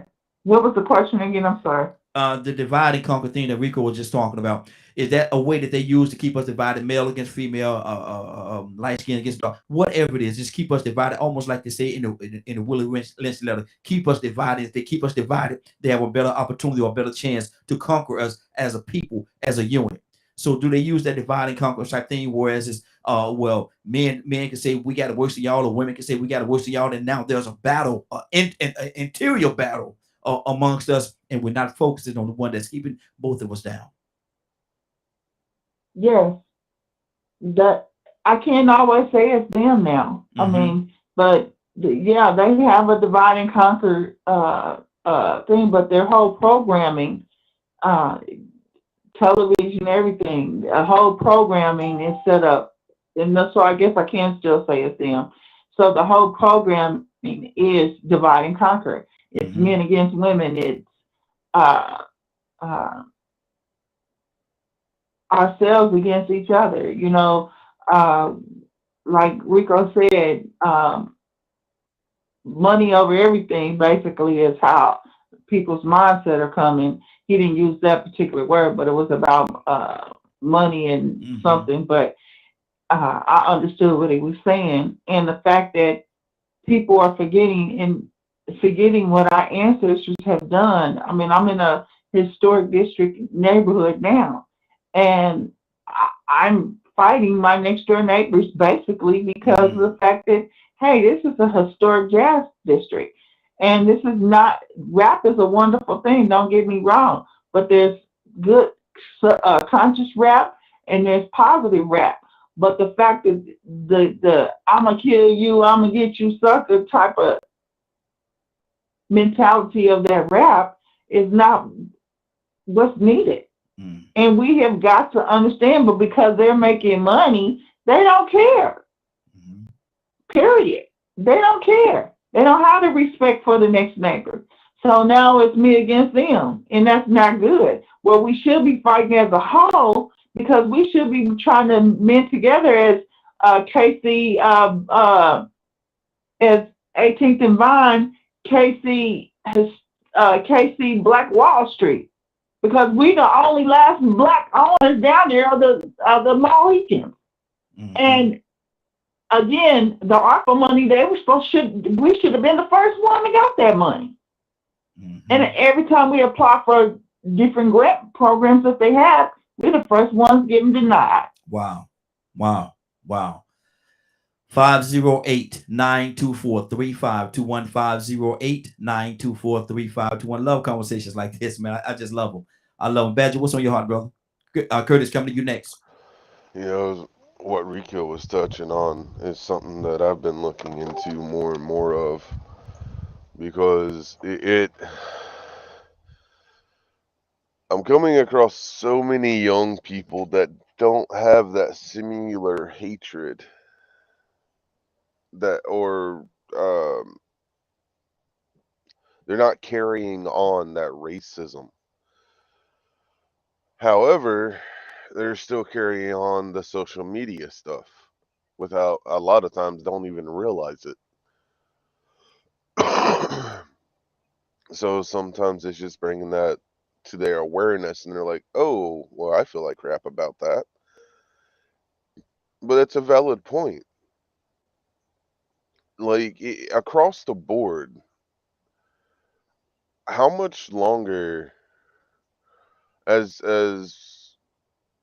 American citizens that's supposed to be free are going to continue hating one another for whatever bloody reason they want us to hate each other for? A lot of like, me and my wife, when I first became disabled, I actually thought about splitting up just so she'd have more access to things. You heard that, right? Exactly. So, like, since this is a racial issue, that's why, like, from my personal experience, I don't get any different. I don't get anything special from the local government and all that crap. So we thought about separating or getting a divorce just so she could have access to certain things for her health. Doesn't that sound pretty similar? However, now if you add in a racist human being that's backing up that rule or that law or whatever, now what is it?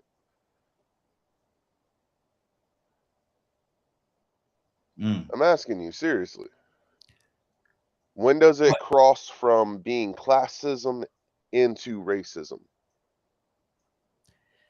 That's Badger, that's a pretty wide bridge there, brother. That's a pretty wide bridge, because though there are some similarities, I don't think what we're talking about, and maybe somebody's could clear it up for me because I'm not clear on it. But I think there's two different battles. Okay. The reason I'm asking that is if it's not racism because it's being done to me. Mm-hmm. But well, see, when you say that part, it's not racism because it's being done to you. We're not saying that it's not racism. No. That's not. Okay, go ahead. I missed something. So like the scenario I just gave you, right?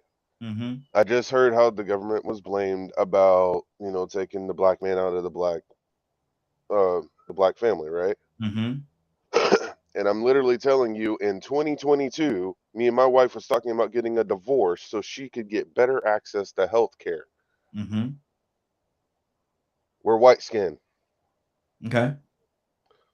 Yet there's a ton of couples I know on both sides that are choosing not to get married just so the woman can have better access to health care and all kinds of stuff, because the moment they get married, all of a sudden it's all the man's responsibility to get her health insurance and whatever else, and food and so on and so on. Mm-hmm. Okay. Okay. Anybody have anything they want to say to that? I get what he's saying. Mm-hmm. What that is, that's part of that witchcraft that comes from the system of classification I was speaking on. Yeah, and that's why I was saying it was different. Again, we got to understand the system. Yeah, and that's why I was saying it was different. Yeah. Go ahead. The system of classification started first, but then to get the favor and votes and support of poor white trash or whatever you want to call them back then, poor white Southerners, whatever, to get them on board, the rich white elites had to make them acceptable, so they did the same thing that they did to women. They gave them some crumbs and said, hey, them black folks want y'all crumbs. Well, what we gonna call it? There it is. Now here comes the race thing. Once again, we are competing for resources that they control. They have a system based on racism that's rooted from a system of classification. But racism is the bottom common denominator and the most brutal, because now it made poor white people think that they were better just because they were white. And then they ignore these white people that still don't give 2 cents about them. Mm-hmm. So I see what Badger is saying. But the thing is it devolved. It went more into a more negative situation when you start making it about a skin color. Because one thing you can't do nothing about is the color of your skin. Mm-hmm. Mm-hmm. Okay. So that's where the sickness comes in.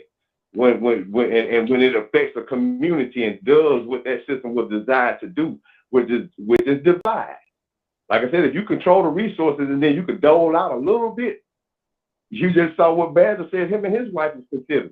Mm-hmm. Now imagine that multiplied by 10 with black people placed in a condition that was intended for them to be put in because they didn't want them to have an opportunity or the same access to resources. Mm-hmm. Wow. Wow. Raheem. Yes, sir. Thought about when Badger was talking about that, the way that it was done to kick and I'm just saying it, to not kick, but to have the black male out of the home. Mm-hmm.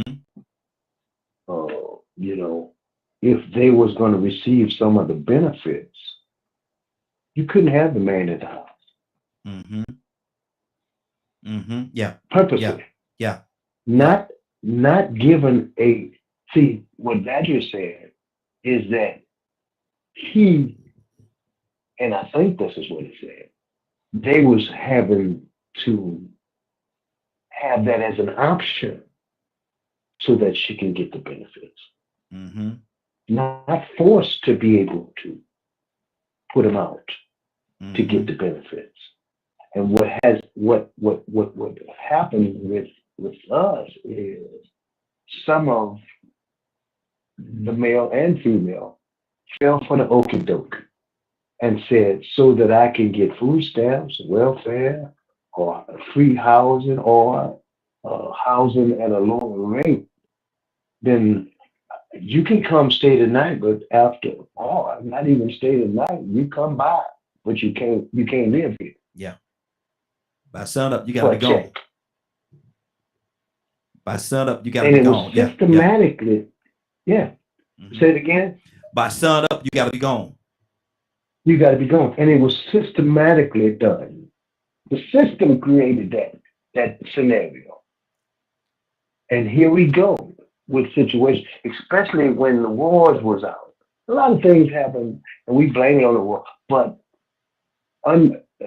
underhandedly, it was done purposely so that the strong family bond was broken. Mm-hmm. And now we see the results. Wow. And they say, we've got them. Mm-hmm. Mm-hmm. Curtis, are you with us? Can you hear us better, Curtis? Yeah, I've been to hear y'all, man. Oh, okay. Okay. What's going on? Talk to me.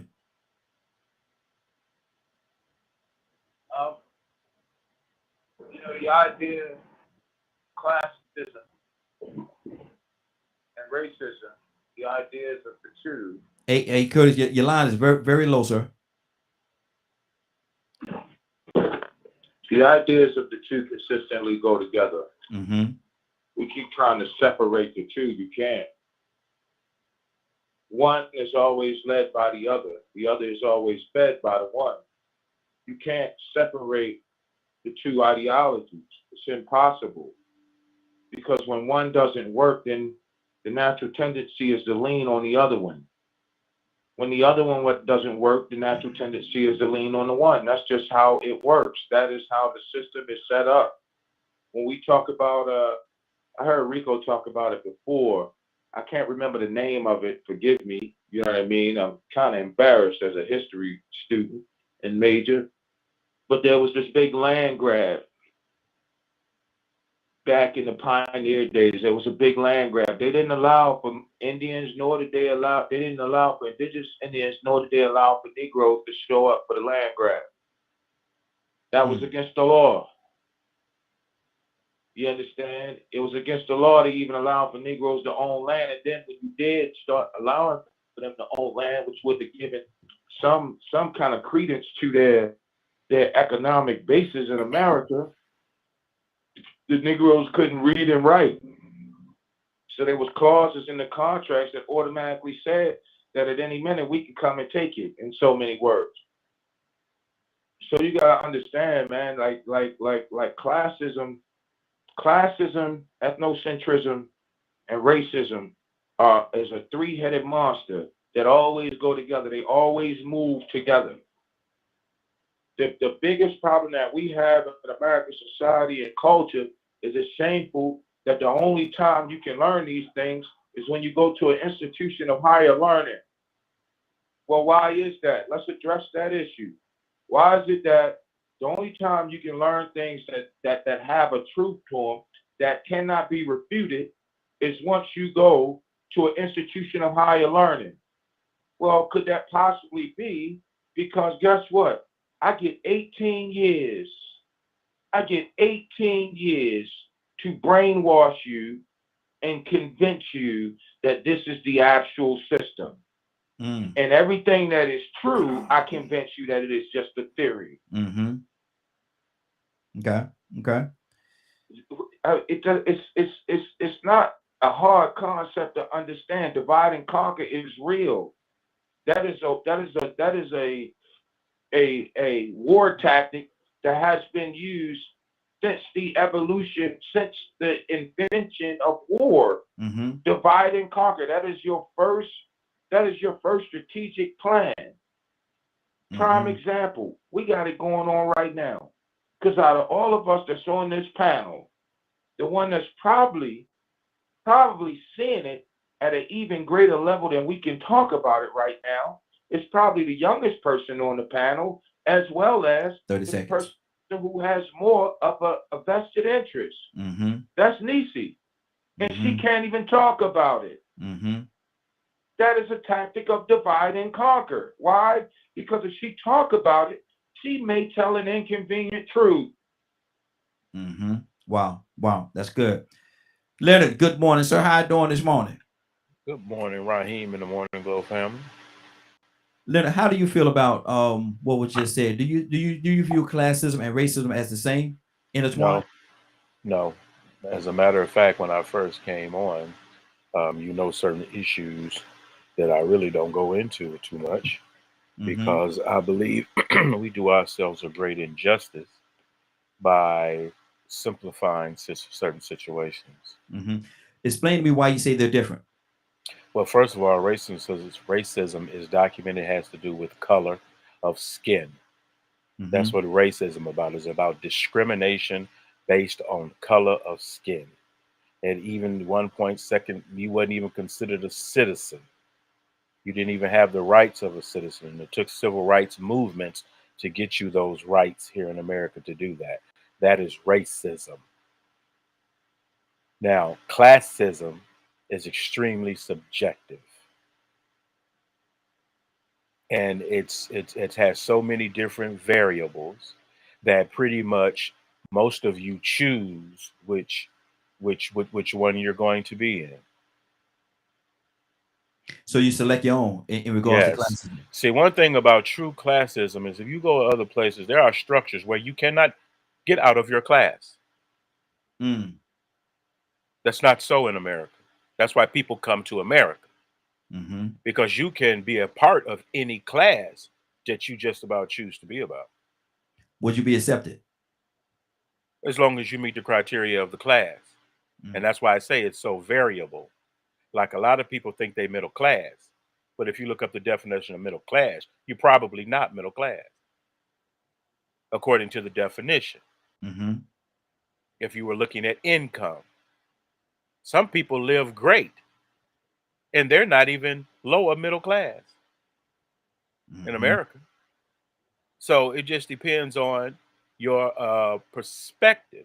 When people talk of the top 1%, that kind of clarifies it a little bit more. Top 1% of what? Top 1% as far as earned income is concerned.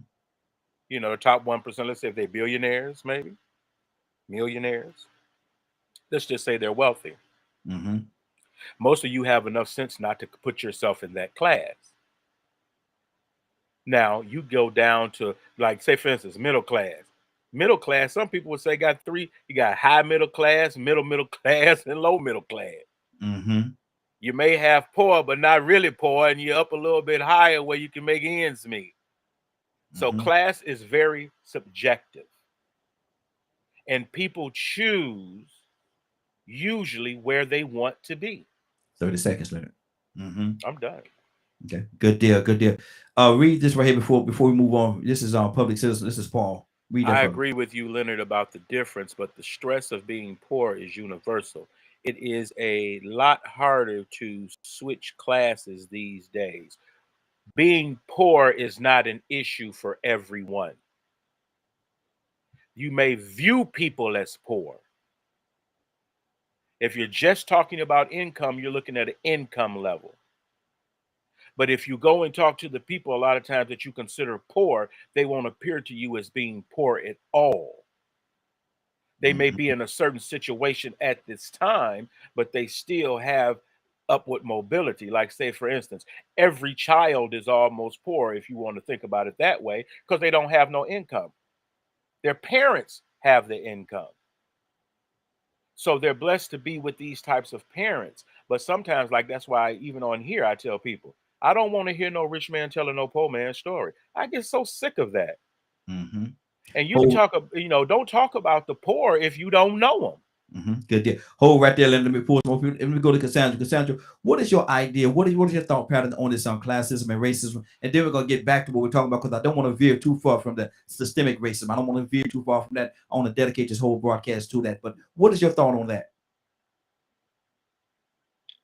Classism and racism? Yes. In your view, are they the same? Are they the same? Or they similar? Or what are the differences? No, they definitely are different, and Lynn explained that. But I definitely feel like classism is something that many of us deal with. And I live in downtown Atlanta. I am considered poverty level for the income that I have a year. Poverty level. And I mean, I'm not on the street, thank God. I do have a roof over my head, but I believe that, especially even in the Atlanta area, we have serious poverty issues, but because of gentrification, it's getting even worse because the people that are living in the houses that they've been in sometimes 15, 20 years are being pushed out because of a certain class of people coming in. Yeah. And that to me, that's a racist move, you know, to push the people that have lived in the Atlanta area for years, pushing them out to bring in a different class of people. That is a serious problem. So, you know, I believe we have a serious issue in this country with classism and racism. Good deal. We're gonna keep this thing going. I'm gonna read this right here real quickly, and then we're gonna move on. Leonard, it was a topic thing that Paul said to you, but I can't come back to you right now. I got to circle back around. I'll come back to you. But he said, people choose their class sound like a Republican talking point, frankly. So that's the way he feel about that. I'll come back to you. Let me go to Ibrahim. Good morning, sir. How you doing this morning? Blessings and assalamu alaikum. Good morning, everybody. Good morning. Give me a holler. Yeah, give you a holler. Look at it. We're talking about well, I can't get that word out for nothing. Systemic racism. Is it real? Is it make believe? Is that something? Is that just them black people playing that race card? What is it? What is it to you, Ibrahim? Talk to me. 3 minutes. Well, it's real. Let's look at the whole entire system. It's a caste system, a class system, and racism. Now, all of them hand in hand, right?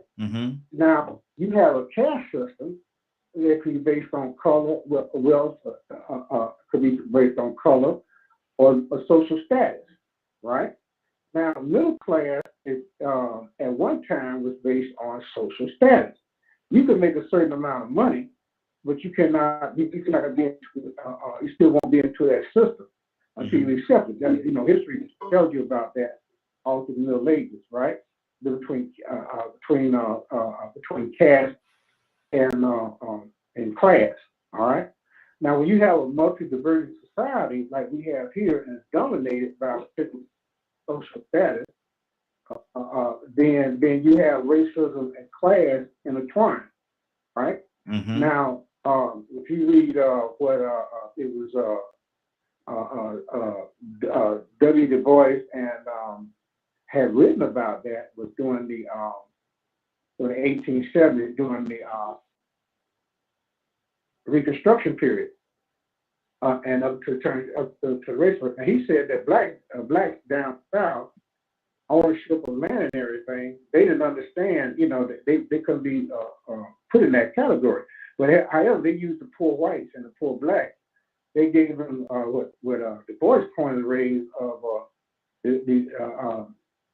misrepresented the credit of whiteness, as opposed to that both in social economic class, right? Then one was elevated that simply by the credit, simply by being white, as the other in the same class was simply credited being black. So racism and classism is well defined, and they intermingle because you can elevate above your class system, you know, and still be considered being black.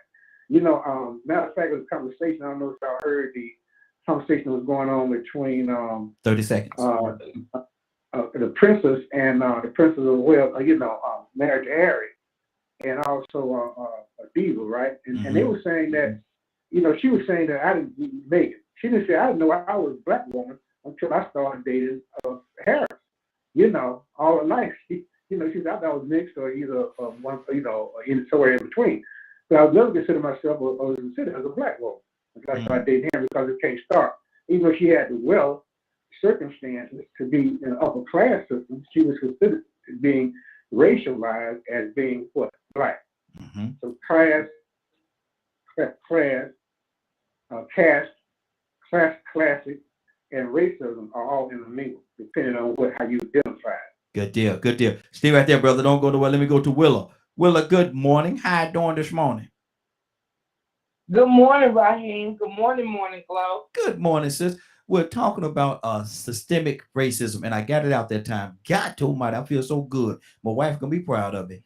Is it real? What do you think about this thing called systemic racism? Is it real? Is it fake? Is it just something that is it the black folks playing the black card? What is it? What is it to you, Willa? 3 minutes. It's all of that. It's all of that, Raheem, what you just said. You know, one thing I think that they got it hidden is in the application. When you think about it and you fill out an application for a certain program or anything that for assistance or anything, the application always got, what color are you? What does that matter? My color shouldn't matter that I'm in need of a certain anything, whatever it is. Whatever the environment is that I'm looking for assistance, my color shouldn't matter at all. So I think they got it hidden in the application. So that's the one thing that I do know that it's out there. The second thing I said that's on my heart is that, yeah, it's out there, but I just want to know, why is it that other cultures, like Asians or the Spanish people, seem to excel from that? You know, they all live in one house, they all get together, they're able to collectively look at the system and say, you know what, we're going to use it for us and not against us. You know, and so that's where I think sometimes our culture uses it as an excuse or a lazy and poor behavior. I mean, if I get Section 8, mind you, okay, and then I decide to be in a relationship, why would I bring somebody in the relationship that's not going to help contribute to me to excel out of a system that I know is trying to keep me at a certain classification? And that's what's on my heart. Okay.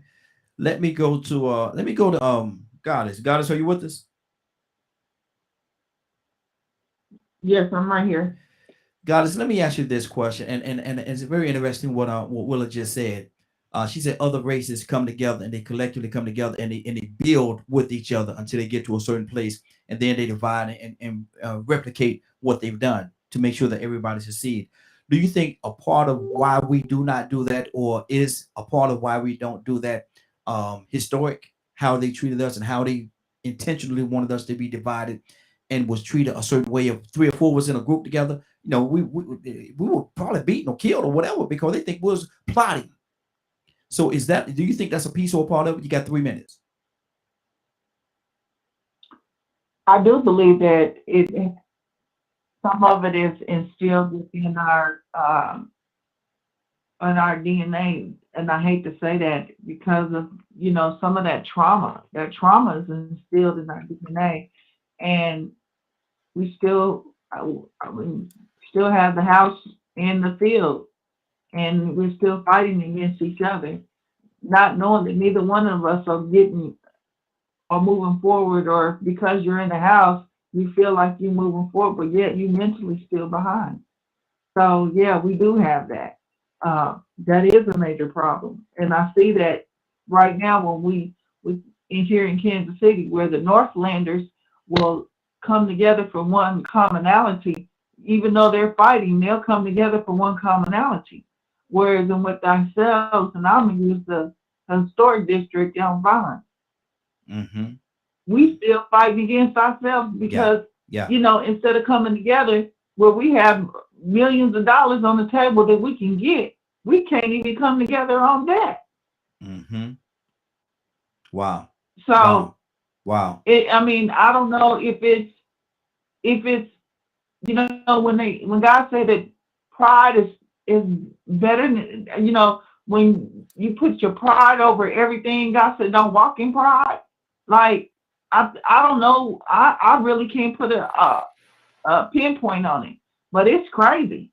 It's the fact that you know, you don't want to put your your ancestors ahead of everything, that you don't care, you destroy everything that is what our ancestors died for.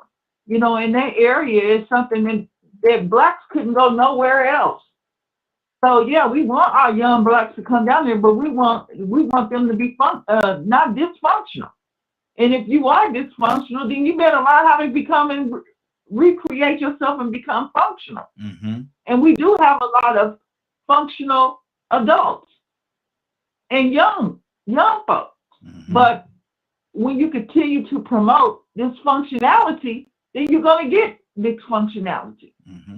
So I can't blame that on everybody else. I can not only blame it on ourselves and where we stand at as a people. And we have got to wake up. And maybe I'm talking to myself. How do I reach? So I'm posing this back to the group. How do I reach people like that? 30 seconds. You know, show me what to do. Give me the words, because I'm willing. I'll set my pride aside. Wow.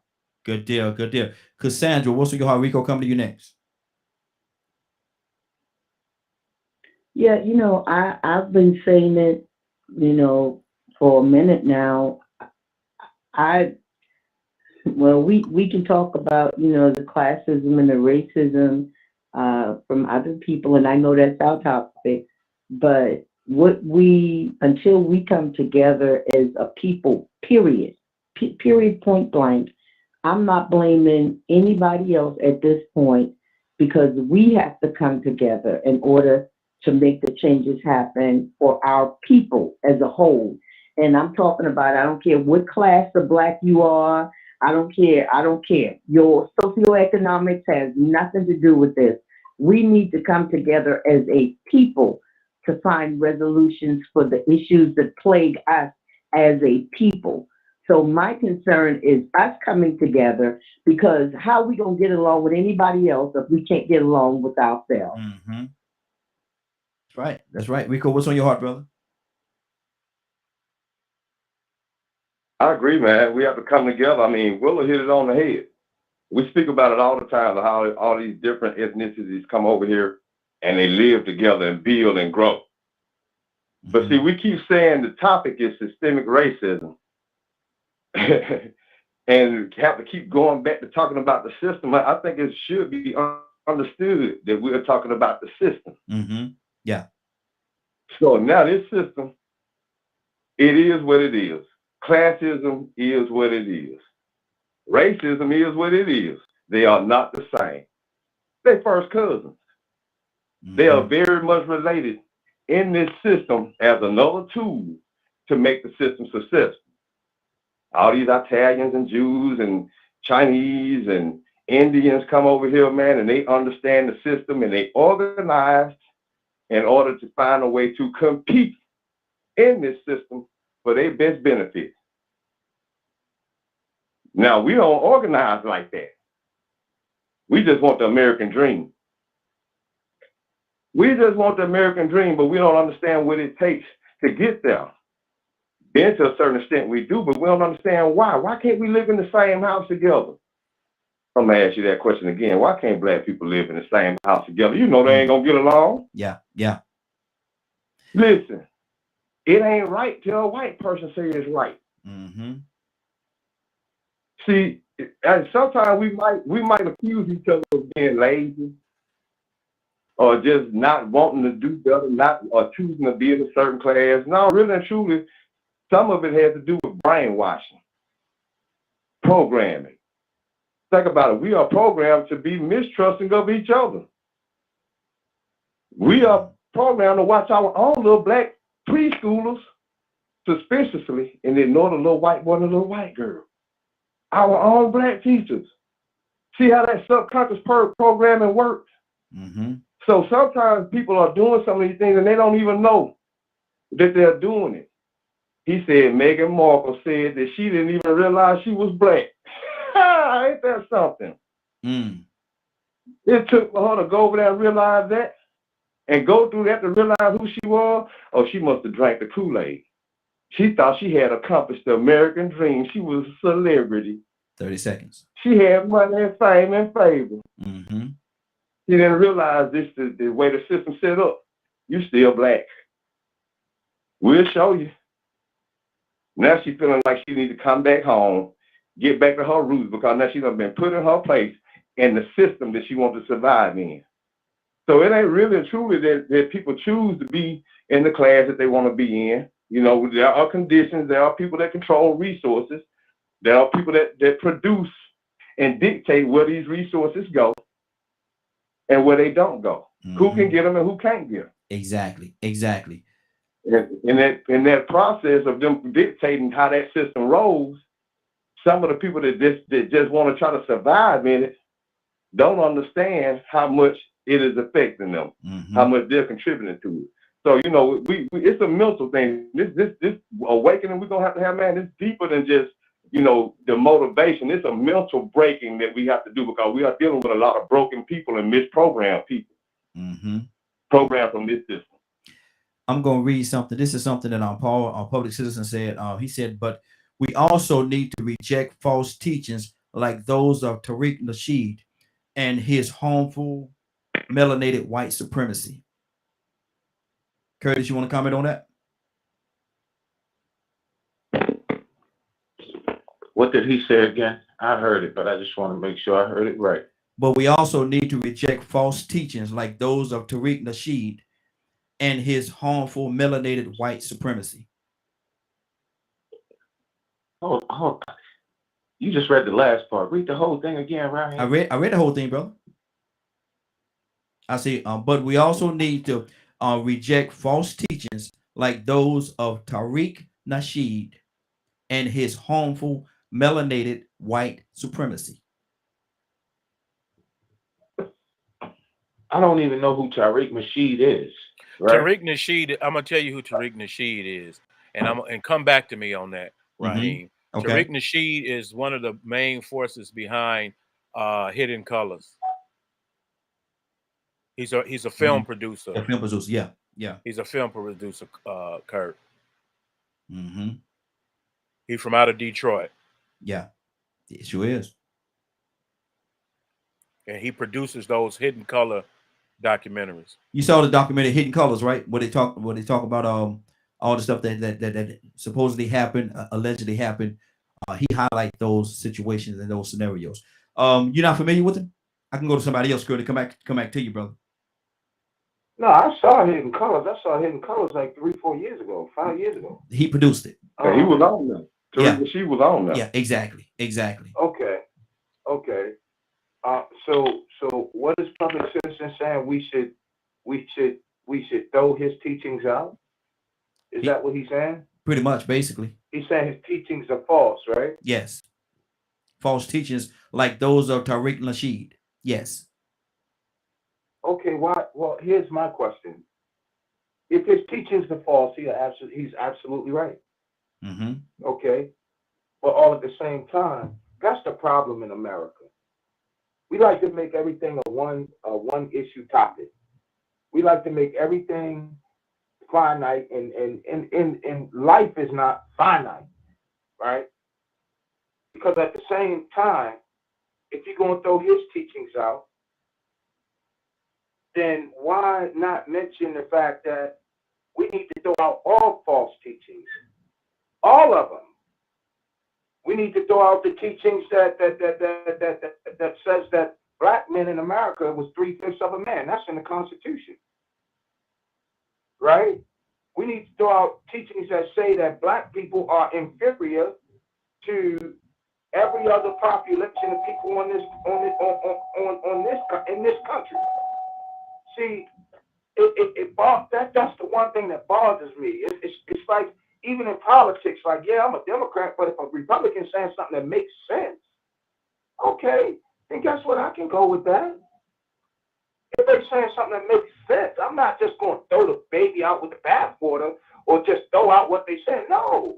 Like, if it makes sense, it makes good, sound, logical sense, then so be it. Now, when I saw Hidden Colors, I saw a lot of things that was wrapped up in the truth in American history and the design of this American experiment and culture. we got to stop telling this lie that this country that this country was forged and built and designed by men who were just so righteous. Half of the men that signed the Declaration of Independence were slave owners. What are we talking about? But we gonna choose this one guy, and a public citizen is he's a square brother, man. But quit handing me this one ideology. You use this one person to represent all the teachings, because you gotta understand there's somebody listening to that, and they use that same ideology to justify their foolishness and crap. 30 seconds, Curtis. I mean, I'm just saying, Mo, like, come on, man. I get what you're saying. If it's really causing a division, okay, I get it. Let's throw it out. Let's do away with it. But are we saying the same thing about Donald Trump? Are we saying the same thing about all those that supporting Donald Trump? Are we saying the same thing about the Klan? Good deal, Curtis. Why there was not a mention of going up the Klan, Raheem? I'm with you, brother. Hold on, that's 3 minutes, brother. I gotta keep it moving. But he did respond, and he said, "I'm not saying everything Nasheed says is false, but there is a lot of falsehoods. My main problem is with him is that he promotes a lot of racist ideas." Leonard? No, he does not. What he does is he exposes the racist ideas that have existed in America since its conception. Now, if you're talking about a falsehood, you may want to mention one of those falsehoods,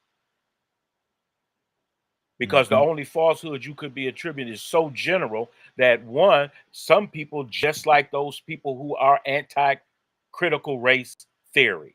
That is exactly what Tariq Nasheed is about. It's critical race theory and the permanence of racism in these United States. So if I'm going to call a man a lie, I'm going to tell somebody a lie he told, and then that's what I'm going to talk about. Talk about the lie and the falsehood. Don't just sum it all up. Because for that matter, I've seen Hidden Colors, but I know what Tariq is about. I know where his study come from, and they are very well out in research documentaries. He don't go out of his way to lie. Now, if he says something you don't like and you don't believe, that's you. But if you're going to call another man a lie, at least have the decency to let us know the lie he told. Wow. Good deal. Rico, anything on your heart, brother? Yeah, I mean, I look at it like this, man. Tariq Nasheed is not the conversation about systemic racism. We got distracted again, just like we did with this class thing. When really and truly, we're supposed to be identifying the different ways that systemic racism works and why we can't defeat it, why we don't understand we're competing in it. But since we have brought him up, I can say this. I love all the Hidden Colors. There was nothing wrong. There was nothing wrong in the information in those videos. I think that was an effort that he made that he needs to be commended for. Now, as a person, he made How to Mac or The Art of Being a Mac or something like that. So I think he might be an opportunistic person, but I take the good with the bad sometimes. If he's just doing Hidden Colors to make money, maybe that's why he did it, but at the same time, it's beneficial and it's very informative. But I don't like all his narratives all the time away from Hidden Colors. Now, he speaks off from Hidden Colors on his own podcast, and sometimes he could get a little jealous, Jezebelish. Sometimes he could be a little feminine, and he could go back and forth and be real nasty with other men in the same pro-black community. I don't like that. I don't like to see that division between two of our most outspoken people like him and Dr. Umar Johnson, Infantunde, what he want to call himself now. Them going back and forth. But see, once again, it goes to show you the division. See, now we want to talk about it I'd rather talk about him and the division that he had with people that actually contributed to his Hidden Colors and how much momentum he created behind that. But I'm gonna tell you something. Those videos created a whole momentum and woke up a whole lot of people that's talking about stuff that they refused to even talk about and acknowledge before then. So sometimes you got to make a trend cool. And it became a cool trend, but it did what it needed to do. If he made money off of it, cool. It still did what he needed it to do. But as far as questioning him or making this podcast or this topic about him, don't drink that Kool-Aid. Let's get back to the business of this system. Exactly. Let me go to Mr. Hicks. Mr. Hicks, what's on your heart, sir? I'm gonna say it. Systemic racism. Yes, sir. Yes, sir. Talk to me. Whole lot. I'm wrapped up into the Communist Manifesto. In the Communist Manifesto, that's Karl Marx and Engels, all them guys, right? Talking about the economic system. They divided the world into oppressed and oppressor.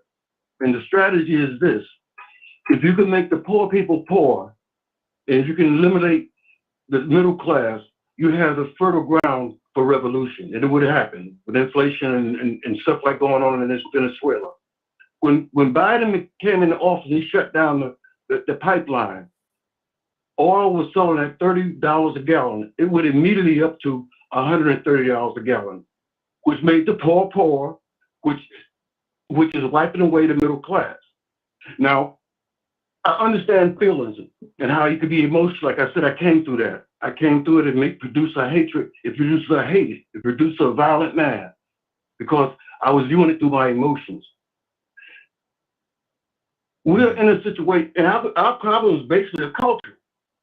I mean, it's culture. You know, the little thing they had in school where they had a black kid, had a teacher looking at my daughter's a teacher. A couple of my siblings are teachers. And if you walk in a classroom, you got to make an automatic assumption that this kid is coming from a broken situation. He's not been disciplined. I saw a skit on TikTok. They had a teacher come out from this crowd of kids and parents and stuff doing a play. And she came out, she's real loud and boisterous. And a voice came out, "Set the F up." And they said, "Oh, we don't do that. We don't do that. We don't do that." He said, "Do you need to go? Do you need to be taken out?" He said, "Shut up, B." And you couldn't see who was the voice was. They lifted up a 4-year-old. That was a 4-year-old with this dealing with this teacher that way. Now we're talking about culture. We don't come together because we lost the knowledge of who we are. We don't know who we are. We don't know if we're colored, Negro, African American, Black, Native American, because they genocide us out of documents. It's my belief that the vast majority of Black folks in this country didn't come from Africa, but they was indigenous to this land. They show us pictures of these people that came to the Straits, the Oriental kind of thing, and make you think that was the Native American. But I've seen photographs, and I have the history of my grandfather, my grandmother telling me that there's a time where you couldn't say that you were Native American or Indian because you would be lynched. 30 seconds. So I'm saying, 30 seconds. Bringing that plane in, Kurt. We got to focus on our individual selves. Absolutely. We got to destroy the enemy inside of ourselves. That's me. Badger, what's on your heart, brother? You know, touching on what I touched on earlier, I was trying to eventually get to the point of how classism exists to a degree. And it's also a perception or a perspective, depending on where you're at in that spectrum. Racism and the systematic racism is a horrible thing that happens when you start bringing up, you know, how a white person versus a Black person gets treated by a judge, and so on, any of those situations, how in certain areas police handled, you know, a Black person versus a white person is vastly different. Does it happen to white people? Yes. Does it happen to Black people? 10 times more. And it's getting. You may be being general. You may be being generous when you just say 10 times more. But go ahead. I understand your point. You may be being generous with just 10% or maybe 50% or whatever, you know, whatever it is. Yeah, I probably am. And the point of it is, you know, we're also trying to speak solutions while we're talking as well. Mm-hmm. And so many people bring in the classism into the racism. And to me, classism is 1,000% money. Mm-hmm. How can we use another human being? I don't. I was confused when, like, not on the show, but younger, of how that influences racism and things like that. But the more I've researched, the more I've looked into it, the more I've talked to people like Leonard and so on and so on, you know, the way I understand it's very different now. Because I was always trying to understand, why is these white folks so hateful toward black folks? Why do they treat them so different, so less than, and so on and so on and so on? And I see it more in the older than I do younger people, especially in the younger generations that are Mm-hmm. coming up. And that's why they may say that phrase, you know, we just wish the older ones would, yeah, kids can hear me. Yeah. Okay. So it's one of those situations of, that's why I made the comment. All right, here's classism. Where does the classism cross into the racism? Mm-hmm. Yes, there's examples or these theories that because of classism it created racism. I don't agree with that. Mm-hmm. Because somebody decided to make it a race issue, not just a separation tactic. And now it's become such a heinous issue. I don't even think that word describes the evil that it is. 30 seconds. 'Cause I don't even think Satan's capable of being that evil. Mm. It's trying to, at least in my experience, trying to get white people to see that, almost it at most of the time it feels impossible. Mm-hmm. It's like they're so ignorant and brainwashed and all these things that they're not able to see how much of it actually exists. Mm-hmm. Good deal. Good deal. Let's keep this thing going. I'm gonna go in this order right here. I'm gonna go. Who I got up next? I got Goddess. I'm going to Willa, and we're gonna continue circling around. Goddess, what's on your heart? 3 minutes. I want to go back to the brother that was talking about how our classification went from black to Negro to mulatto. And yes, you're right. Majority of us were already here. And unfortunately, Marcus Garvey and it's another guy, I can't think of his name, they came in with the Pan-Africanism. And so they were all affiliated with that classification. That's right.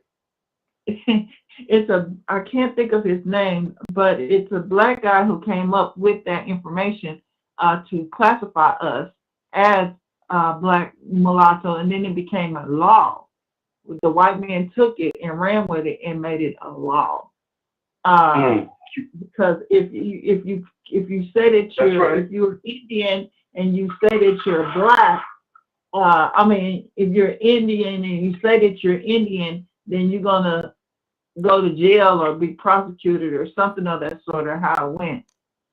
Lynch. Correct me if I'm wrong, but so people were putting mulatto. Then it went, if you start saying mulatto, then you're gonna go in there and we're gonna get you, and so you must state that you're black. Because I went through my history and I seen the changes from Indian to mulatto to black. It was just crazy. And so, that's where we stand, because they even took off African American. Really, they got black, white, other, and all that now. Mm-hmm. You're right. That's on my lifetime. So yes. I think if you read the Constitution, and a lot of people keep going back and forth, and this is kind of what I was upset about Barack Obama. You can pass the gay rights, you can pass all the rights, but you never did remove us out of the 1/3 being human because we were black. So if you couldn't correct that, that's the main thing that should have been corrected. If anything. And so I can't praise the man other than the fact that he looked good in the White House. And he gave some of our black kids hope. That's the only thing I can say for him that he really done for our community. 30 seconds. I can't say no more than that. Okay. Okay. That's all I got to say. Good deal. Good deal. Willa, what's on your heart, sis? And let's get back to systematic racism. Let's because we only got 30 minutes, so we need to talk about solutions and what we need to do because we've dedicated a large part of the show, got sidetracked a couple of times, but now we're back to systematic racism. So let's talk about solutions. What do we need to do? Willa? Well, Raheem, I was going to say, I guess a lot of people on the show that's listening is saying, why do we always talk about this same topic all the time? And I was going to put it out there like, how does the system always try to distract other cultures from seeing how we as Black people see right through it? They'll change the requirements on the applications or the requirements on what the system says that we need to have in order to get a certain something. And then they'll put Bobo as the individual to submit the application to us, looking at it as a distraction that you don't see the change of the racism that they have changed in the system on how they make it hard for us to do something. So that's why we talk about it. We talk about it because we're just trying to bring awareness of things that need to be changed because it has been distracted so long through the system that it's hidden.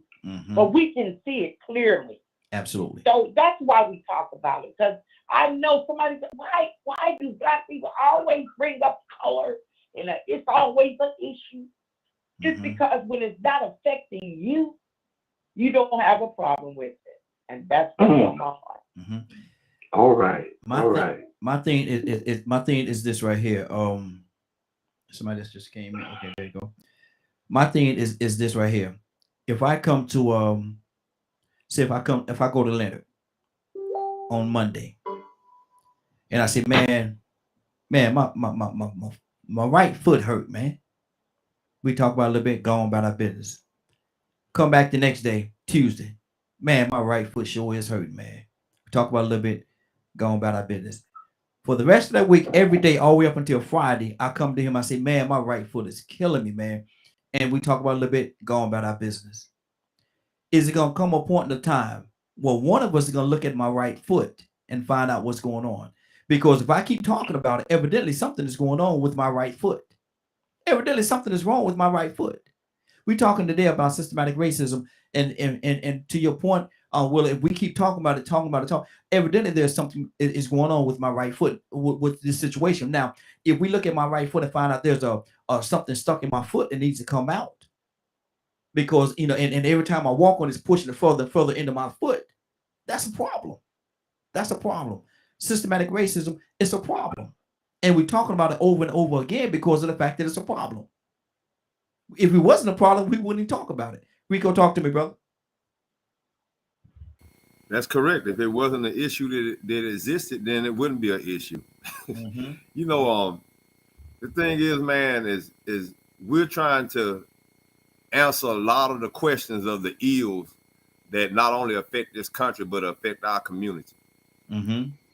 We have questions from within our community that even people from the outside have, like, why do Black people behave in such ways? Or why do those kids act out? Why they rapping and making music about killing each other and glorifying it and disrespecting those children's moms? And it comes back to systemic racism, the system. Well, you ask, how does that apply? Because those children have a choice to not make music like that. Well, if the entertainment industry says, well, for you to become a successful rapper and become a millionaire, a billionaire, but achieve all these dreams, this is the type of content you need to rap about. Because this is what we demand and we require. And if you rap about this type of stuff, or if you create something that the other people tend to find as a trend or picks up momentum, we'll pay you for that and make it valuable. The system creates that momentum, and then everybody else goes to it. So systemic racism has contributed to most of the dysfunctional behavior and activity in our community. The conditions that created, the conditions of poverty, the conditions of not having access, the conditions of providing resources to certain people, as long as they sacrifice or made the father expendable. Get him out that house and we'll give you a little bit of something. Wow. Oh, it's okay to do something strange for a piece of change. You want to take your clothes off? Well, come on, we just gonna make y'all acceptable now. We're gonna make y'all strippers cool. We're gonna make you dope dealers cool. We're gonna make y'all celebrities. We're gonna make you famous, and we're gonna make y'all economically viable. You're gonna become an option. Because all these other options, we're gonna try our best to make sure that we create obstacles to keep you from getting to them. That's the system that exists. Anti-black racism, white supremacy. So, you know, we trying to get to a point where we understand what systemic racism actually does impact every piece of our people activity, even when it comes to religion and politics, law, education, economic, sex, love, war, you name it. 30 seconds. It affects us. And the minute everybody else realize it, even we realize it, then we won't sound like black conservatives. Like Paul said, because it does, some things we say does come off as black conservatism. Good deal. And Good deal. it dismisses systemic racism and the conditions that's created by it. Absolutely. Absolutely. Mr. Hicks. Yes, sir. Yes, sir. I want to talk right now. I want to talk. We got about 20, we got a little bit over 20 minutes. And I want to talk about solutions. How can we get to a solution? How can we collectively come together? Is it something that we have to do, or should we look outward for other people to help us as well in curing this ill that is systematic racism? 3 minutes. No, it's an inside. It's an individual struggle. I think the solution lies in what Bill Cosby tried to do. And what different artists try to do, affecting the shape of the culture. I think the fear of Bill Cosby getting his hands on that media was enough for them to pull out everything they pull on him. Just because he was a guy that believed, you know, he talked verbally about slagging your pants, about the discipline, about the culture, and he was an enemy of their whole plan.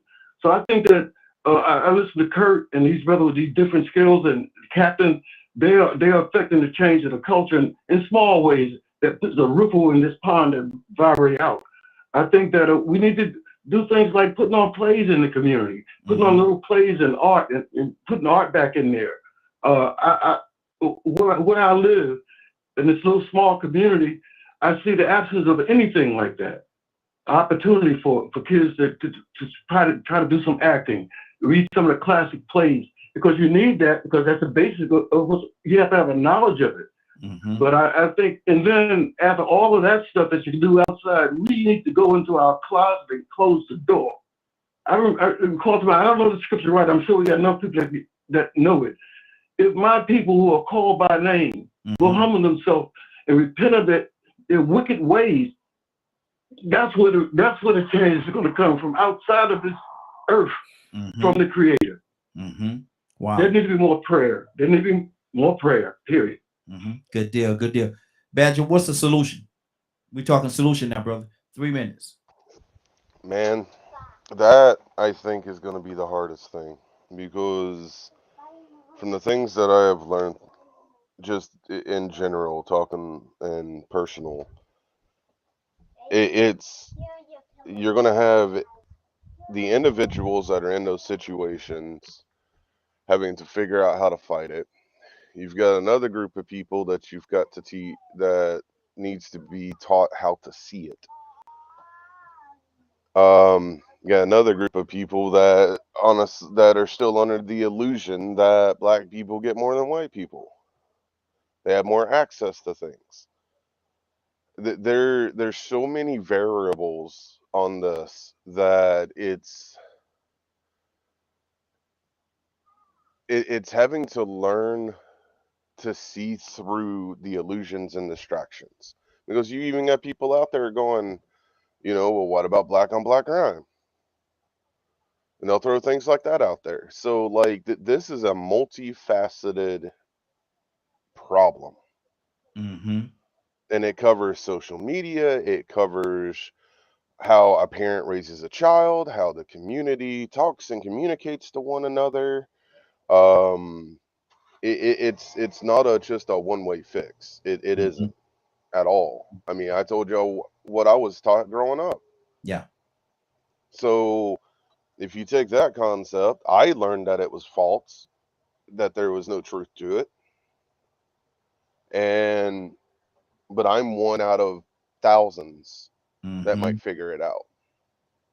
And then you still are looking at millions that possibly could think that. Mm-hmm. Wow. Wow. So there's so much to this. Like me, I know systematic racism exists, and I work very hard of being an activist, of trying to relate to other people that, hey, this is real and we need to fix it. Mm-hmm. Good deal. Good deal. So, Go ahead, brother. You got some more time? So it's in the essence of, how do you teach folks that don't experience it, haven't seen it because they've never been taught how to see it, Mm-hmm. and do we consider them ignorant or stupid because they don't? Wow. Like it's I just feel that to solve or come to a solution, it's going to take white people working with white people, and then the more white people become aware of the race problem and we overcome the race problem, then we can start working on the class problems. Mm-hmm. Wow. Good deal. Good deal. Willow, let's talk solutions, sister. What is a solution? Well, Badger made a great point, because that's one way that it can change. Mm-hmm. Like Paul, for instance, he get on this podcast every day, and he understands, and when he actually really understands the issue, he'll be able to go into his environment and talk about it. But then on a larger scale, you would need somebody like Paul to say something. Because if you see somebody like me or Rico or you that would say something about it, all they would look at it is, oh, it's just another, oh, they just coming up again with another excuse about racism. But you need somebody like Paul or Badger that would go in and talk about it. To me, that's one solution. Mm-hmm. Mm-hmm. Okay. Now, let me ask you this question, Willa, because you actually got 2 more minutes left. Are we to wait until somebody else outside of our community make that move or put that effort in before we can understand or expect a change? Are we to wait on that? No, you can't put all your eggs in one basket. Mm-hmm. That was just one solution. Absolutely. On the other end, we have to come up with our plans from our culture side and start to change things from the younger generation. Mm-hmm. So no, we don't wait. Mm-hmm. No, we got to keep adding to it. Mm-hmm. Okay. But that was just one solution that I thought that would kind of change something on that end. Oh, absolutely. Good deal.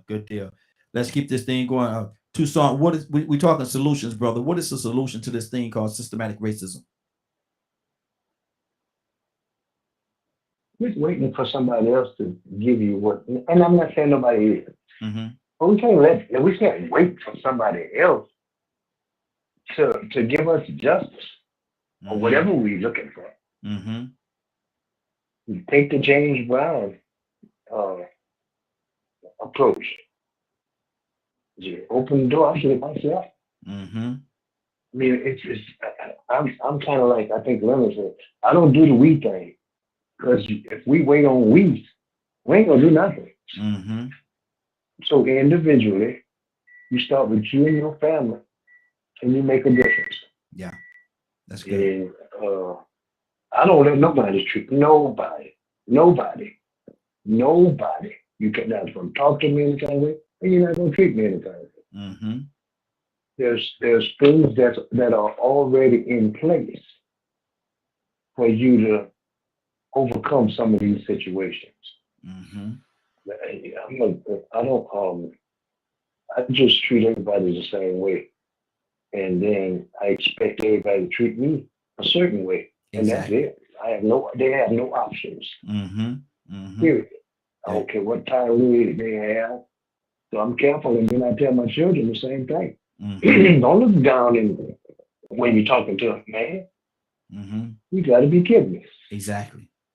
Exactly. So anyway, it begins it's an individual choice. Good deal. Good deal. You say. Paul, what's on your heart, brother?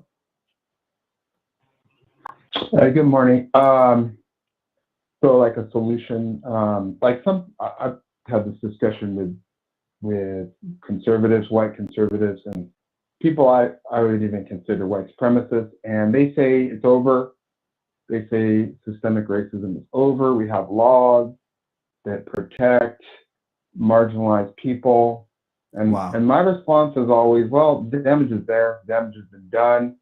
The systems are infected with the debris left over from all the hundreds of years of white supremacy, etc. And beyond that, it's like systems are made of people, right? So police departments are made of individuals. Some of those people are in white supremacist gangs. Companies are made out of individuals.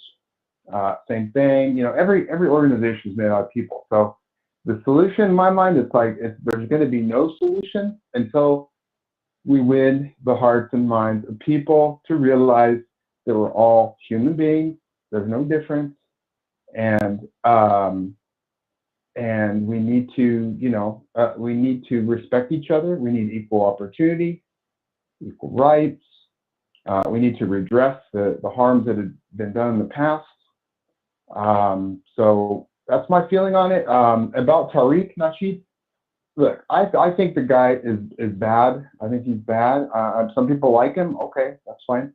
I think he promotes sexism. I think he promotes ideas that are harmful to women. I think he promotes homophobia. I think he promotes racism. And I think some of the things he says are absolutely false. He promoted the idea that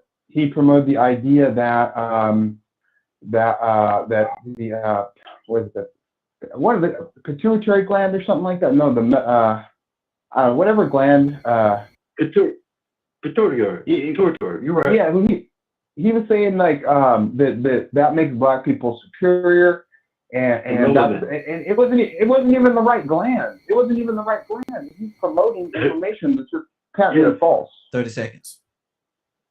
That's it. Okay, good deal. Leonard? So I mean, I feel like we got to win. We have to win. We have to. Part of the problem is we have to defeat internalized racism, as everyone has just said, so eloquently before. There's a lot of self-hate in the black community and the brown community. Paul, People who don't think they're good enough. Paul, we got to fight that. Paul, okay, Paul, you're 3 minutes up, brother. Hold on. You ain't got to hang up. Hold on for a second. I got to keep it rotating. I was going to go to Leonard, but let me go to Goddess. Goddess, what's on your heart, sis? I don't know if he was referring to me. I don't know if he was talking about the pineal gland. Is that what the gland you was talking about, sir? Yes. Okay. Well, let me explain to you. Read about the pineal gland. The pineal gland is where the melanin comes in from, and you need to read about the pineal gland, because pineal gland, certain people are born with it hardened. Yes. And calcified. Calcified. And hold on, Mr. Hicks. We are not born with ours calcified. Majority of us, is very few there is. And so with that being done, that's where our melanin mainly comes from. Not only does the pineal gland, it also opens up a different spiritual realm. So when you start studying that, then you can talk to me and tell me, but I know exactly what I'm talking about because I study that. I also study the fact about the God gene. It's called the Eve gene, the mitochondriac gene. That's the reason why they're taking our black wombs. They had one doctor that all he did throughout on the East Coast was he did surgical things and took out black women's wombs. Because we feature the mitochondriac gene. It's called the Eve gene, where we're able to have different color children. Like I am high yellow. My daughter is dark chocolate. I can have all color kinds of children. It's called the Eve gene. That's why you all came from us. Okay. Research it. I know what I'm talking about, sir. Good deal. Good deal. Let's keep this thing going. We got a few more minutes before we get out of here. Man, we're tight on time. But Leonard, what's on your heart, brother? You know, just listening, this is one of the main reasons why I do sit out of many conversations. Because one, I love a great argument, but on both sides must be facts as opposed to emotions. That's why I don't make, you'll never hear me say, well, 30% of such and such, not if I ain't did the research or actually referring to some type of document where the research has been done. Because I don't make those type of generalizations about everybody and accuse everybody something else just cause of a particular narrative that someone wants to satisfy. The notion that you are not doing this is where, like say, for instance, we have a conversation about a problem we have today, and then somebody want to go back 500 years ago. They really don't have nothing to do with why you at where you did it. It has nothing to do with it. Critical race theory is what explains systemic racism. This is why they don't want it taught. So if you want to stop a lot of systemic racism, you have to look at critical race theory to see how it became embedded in our system. Remove racism from our system, and it's one of the best things going on this planet. Removing racism. Another thing, you don't correct the Constitution. You amend the Constitution so it proves a record and it shows you the changes of what has happened. The fact that people don't want to believe things, are not concerned with things or whatever, it's not a distraction. It's because people can choose what they want to be interested in. Some people are more interested in moving forward in progress. I am an extreme conservative. I always will be. Because I don't believe in casting things to the side as if they don't exist and don't have an impact of some type. So at least give it a decent study or a decent focus to find out how it plays a role in what is going on. When I started to get right back off the call when I got on because I heard somebody recite one of the biggest myths in the world. Welfare was not a plot to put the black man out of the home. That's a lie. And you can sit there and you can believe that kind of crap if you want to, but talk to your grandparents if you still have them around and see why they together, despite the fact that welfare and everything else was there. Those people who decided not to participate in that type of system, they don't have those issues. I know people right now today lying about it just to get it. That's called hustling and scamming the system. It has nothing to do with how you choose a mate and how committed you are to your mate and what you all decide to come together and do. You know, first thing, I hear some people, Willie Lynch. Why give your destiny to some white farmer?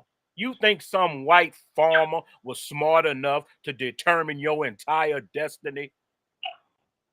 You just might be inferior for that type of thinking. Wow. Good deal. We got to keep it moving, Leonard. Got to keep it moving. Curtis, what's on your heart, brother? 3 minutes. I have to disagree, although it's dead point, but I have to absolutely disagree. First off, welfare, blacks period, was invented for white. Time when blacks couldn't even get welfare, couldn't draw welfare, was not even deemed appropriate to be given welfare. That's number one.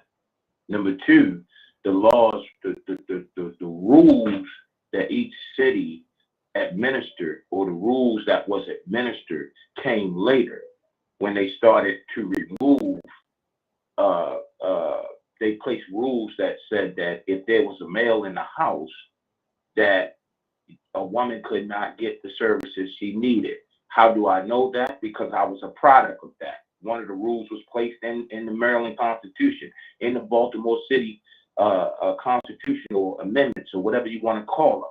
But that was deemed necessary. I remember seeing my father have to leave the house prior to the welfare case managers coming to view the house, coming to inspect the house. So that is not true. Now, the laws might speak something different, but that don't mean that they were carried out properly. But the truth of the matter, in terms of welfare was never designed for black people to even be approved to get it. That's number one. It's the same thing with the farmers' laws. You have black farmers who have more land than white farmers who are getting approved, who are getting denied assistance, where these white farmers are getting anywhere from $19 to $21 billion a year. That is all over the news, even to today, right?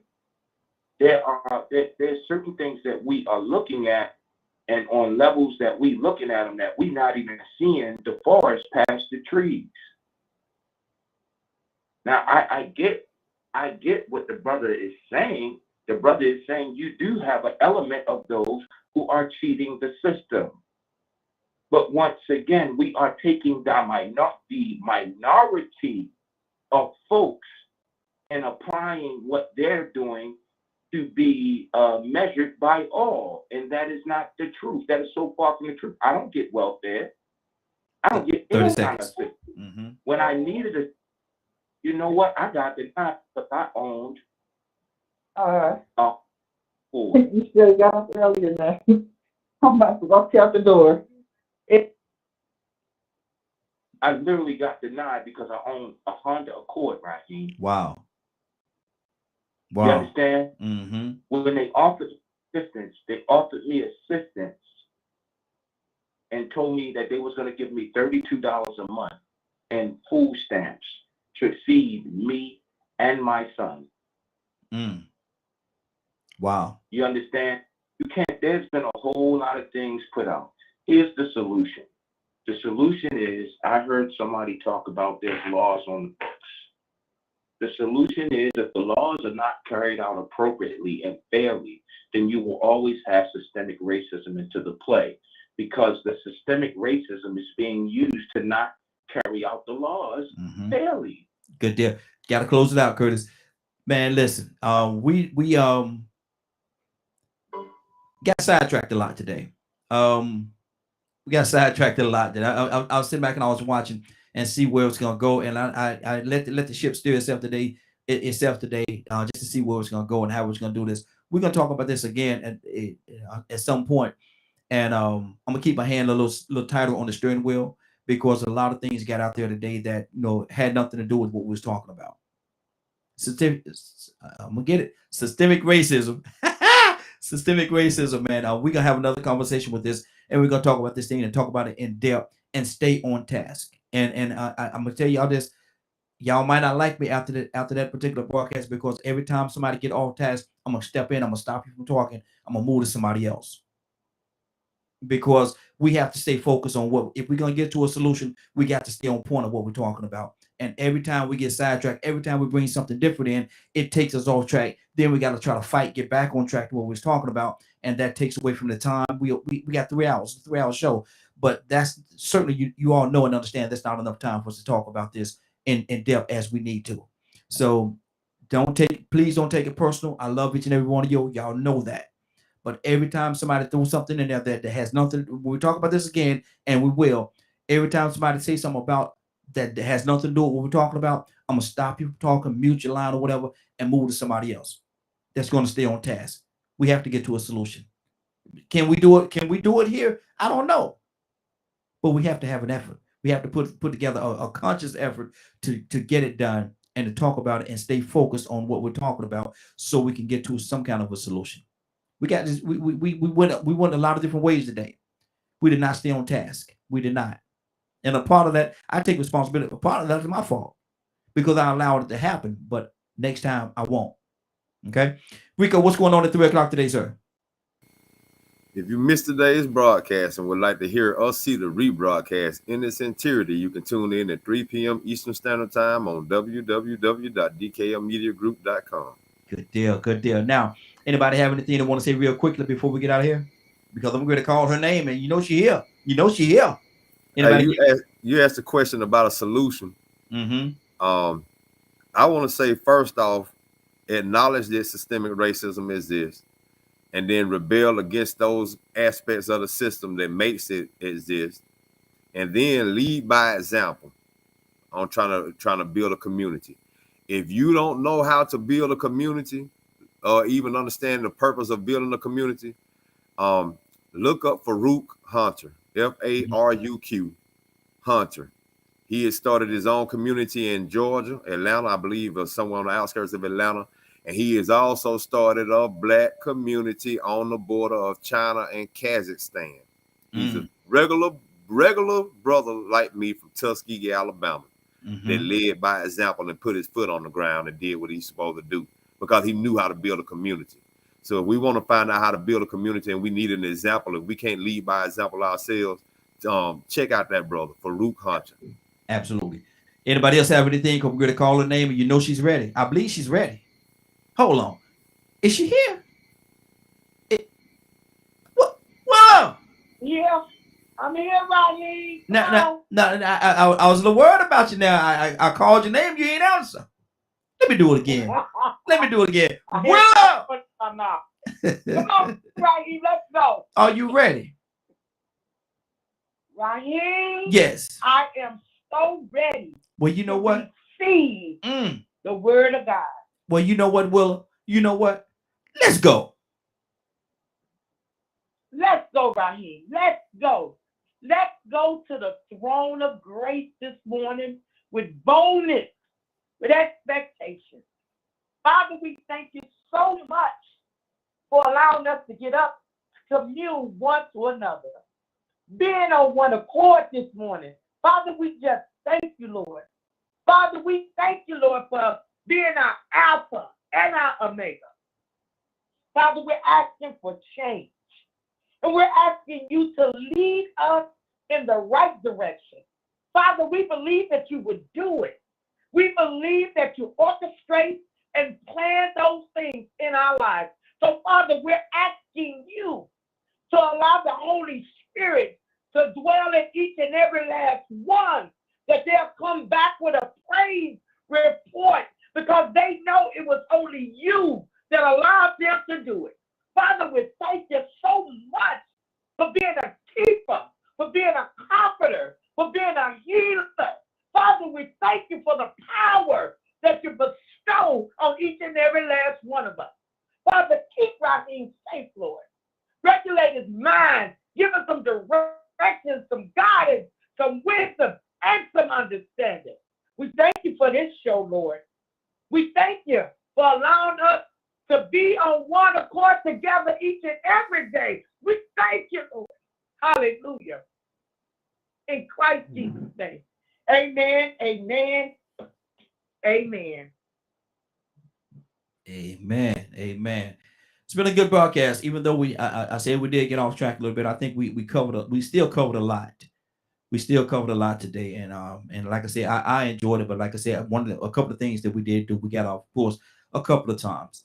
But I think a lot of the conversation was very beneficial. I think people learned different things, and we put a lot of stuff out there today. And so thank each and every one of you, man. I thank you. I don't think I'm getting on you because I'm not, man. Because if we got sidetracked, I'm supposed to be the one steering the vehicle, so I take responsibility for that. But next time we do this, we'll stay a little more on task. Fair enough?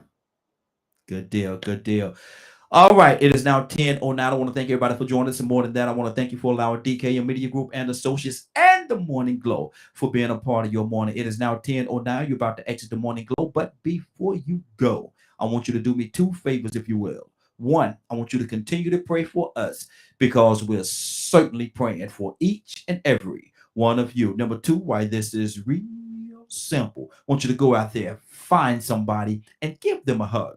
Because you never know. It could be the only hug that they get, or it could very well be their last. Love you, and ain't nothing you can do about it. Have a great day and a better tomorrow. And we shine some of this light on you for the Morning Glow. Take it out there into this wicked and cruel world that we live in, and let your light so shine. If you get an opportunity, give somebody some love. You just might find some love in return. Won't that be a beautiful thing? Have a great day. Take care of each other, and please, please, please be blessed. See you in the morning. God say the same. Have a great evening. Love ya.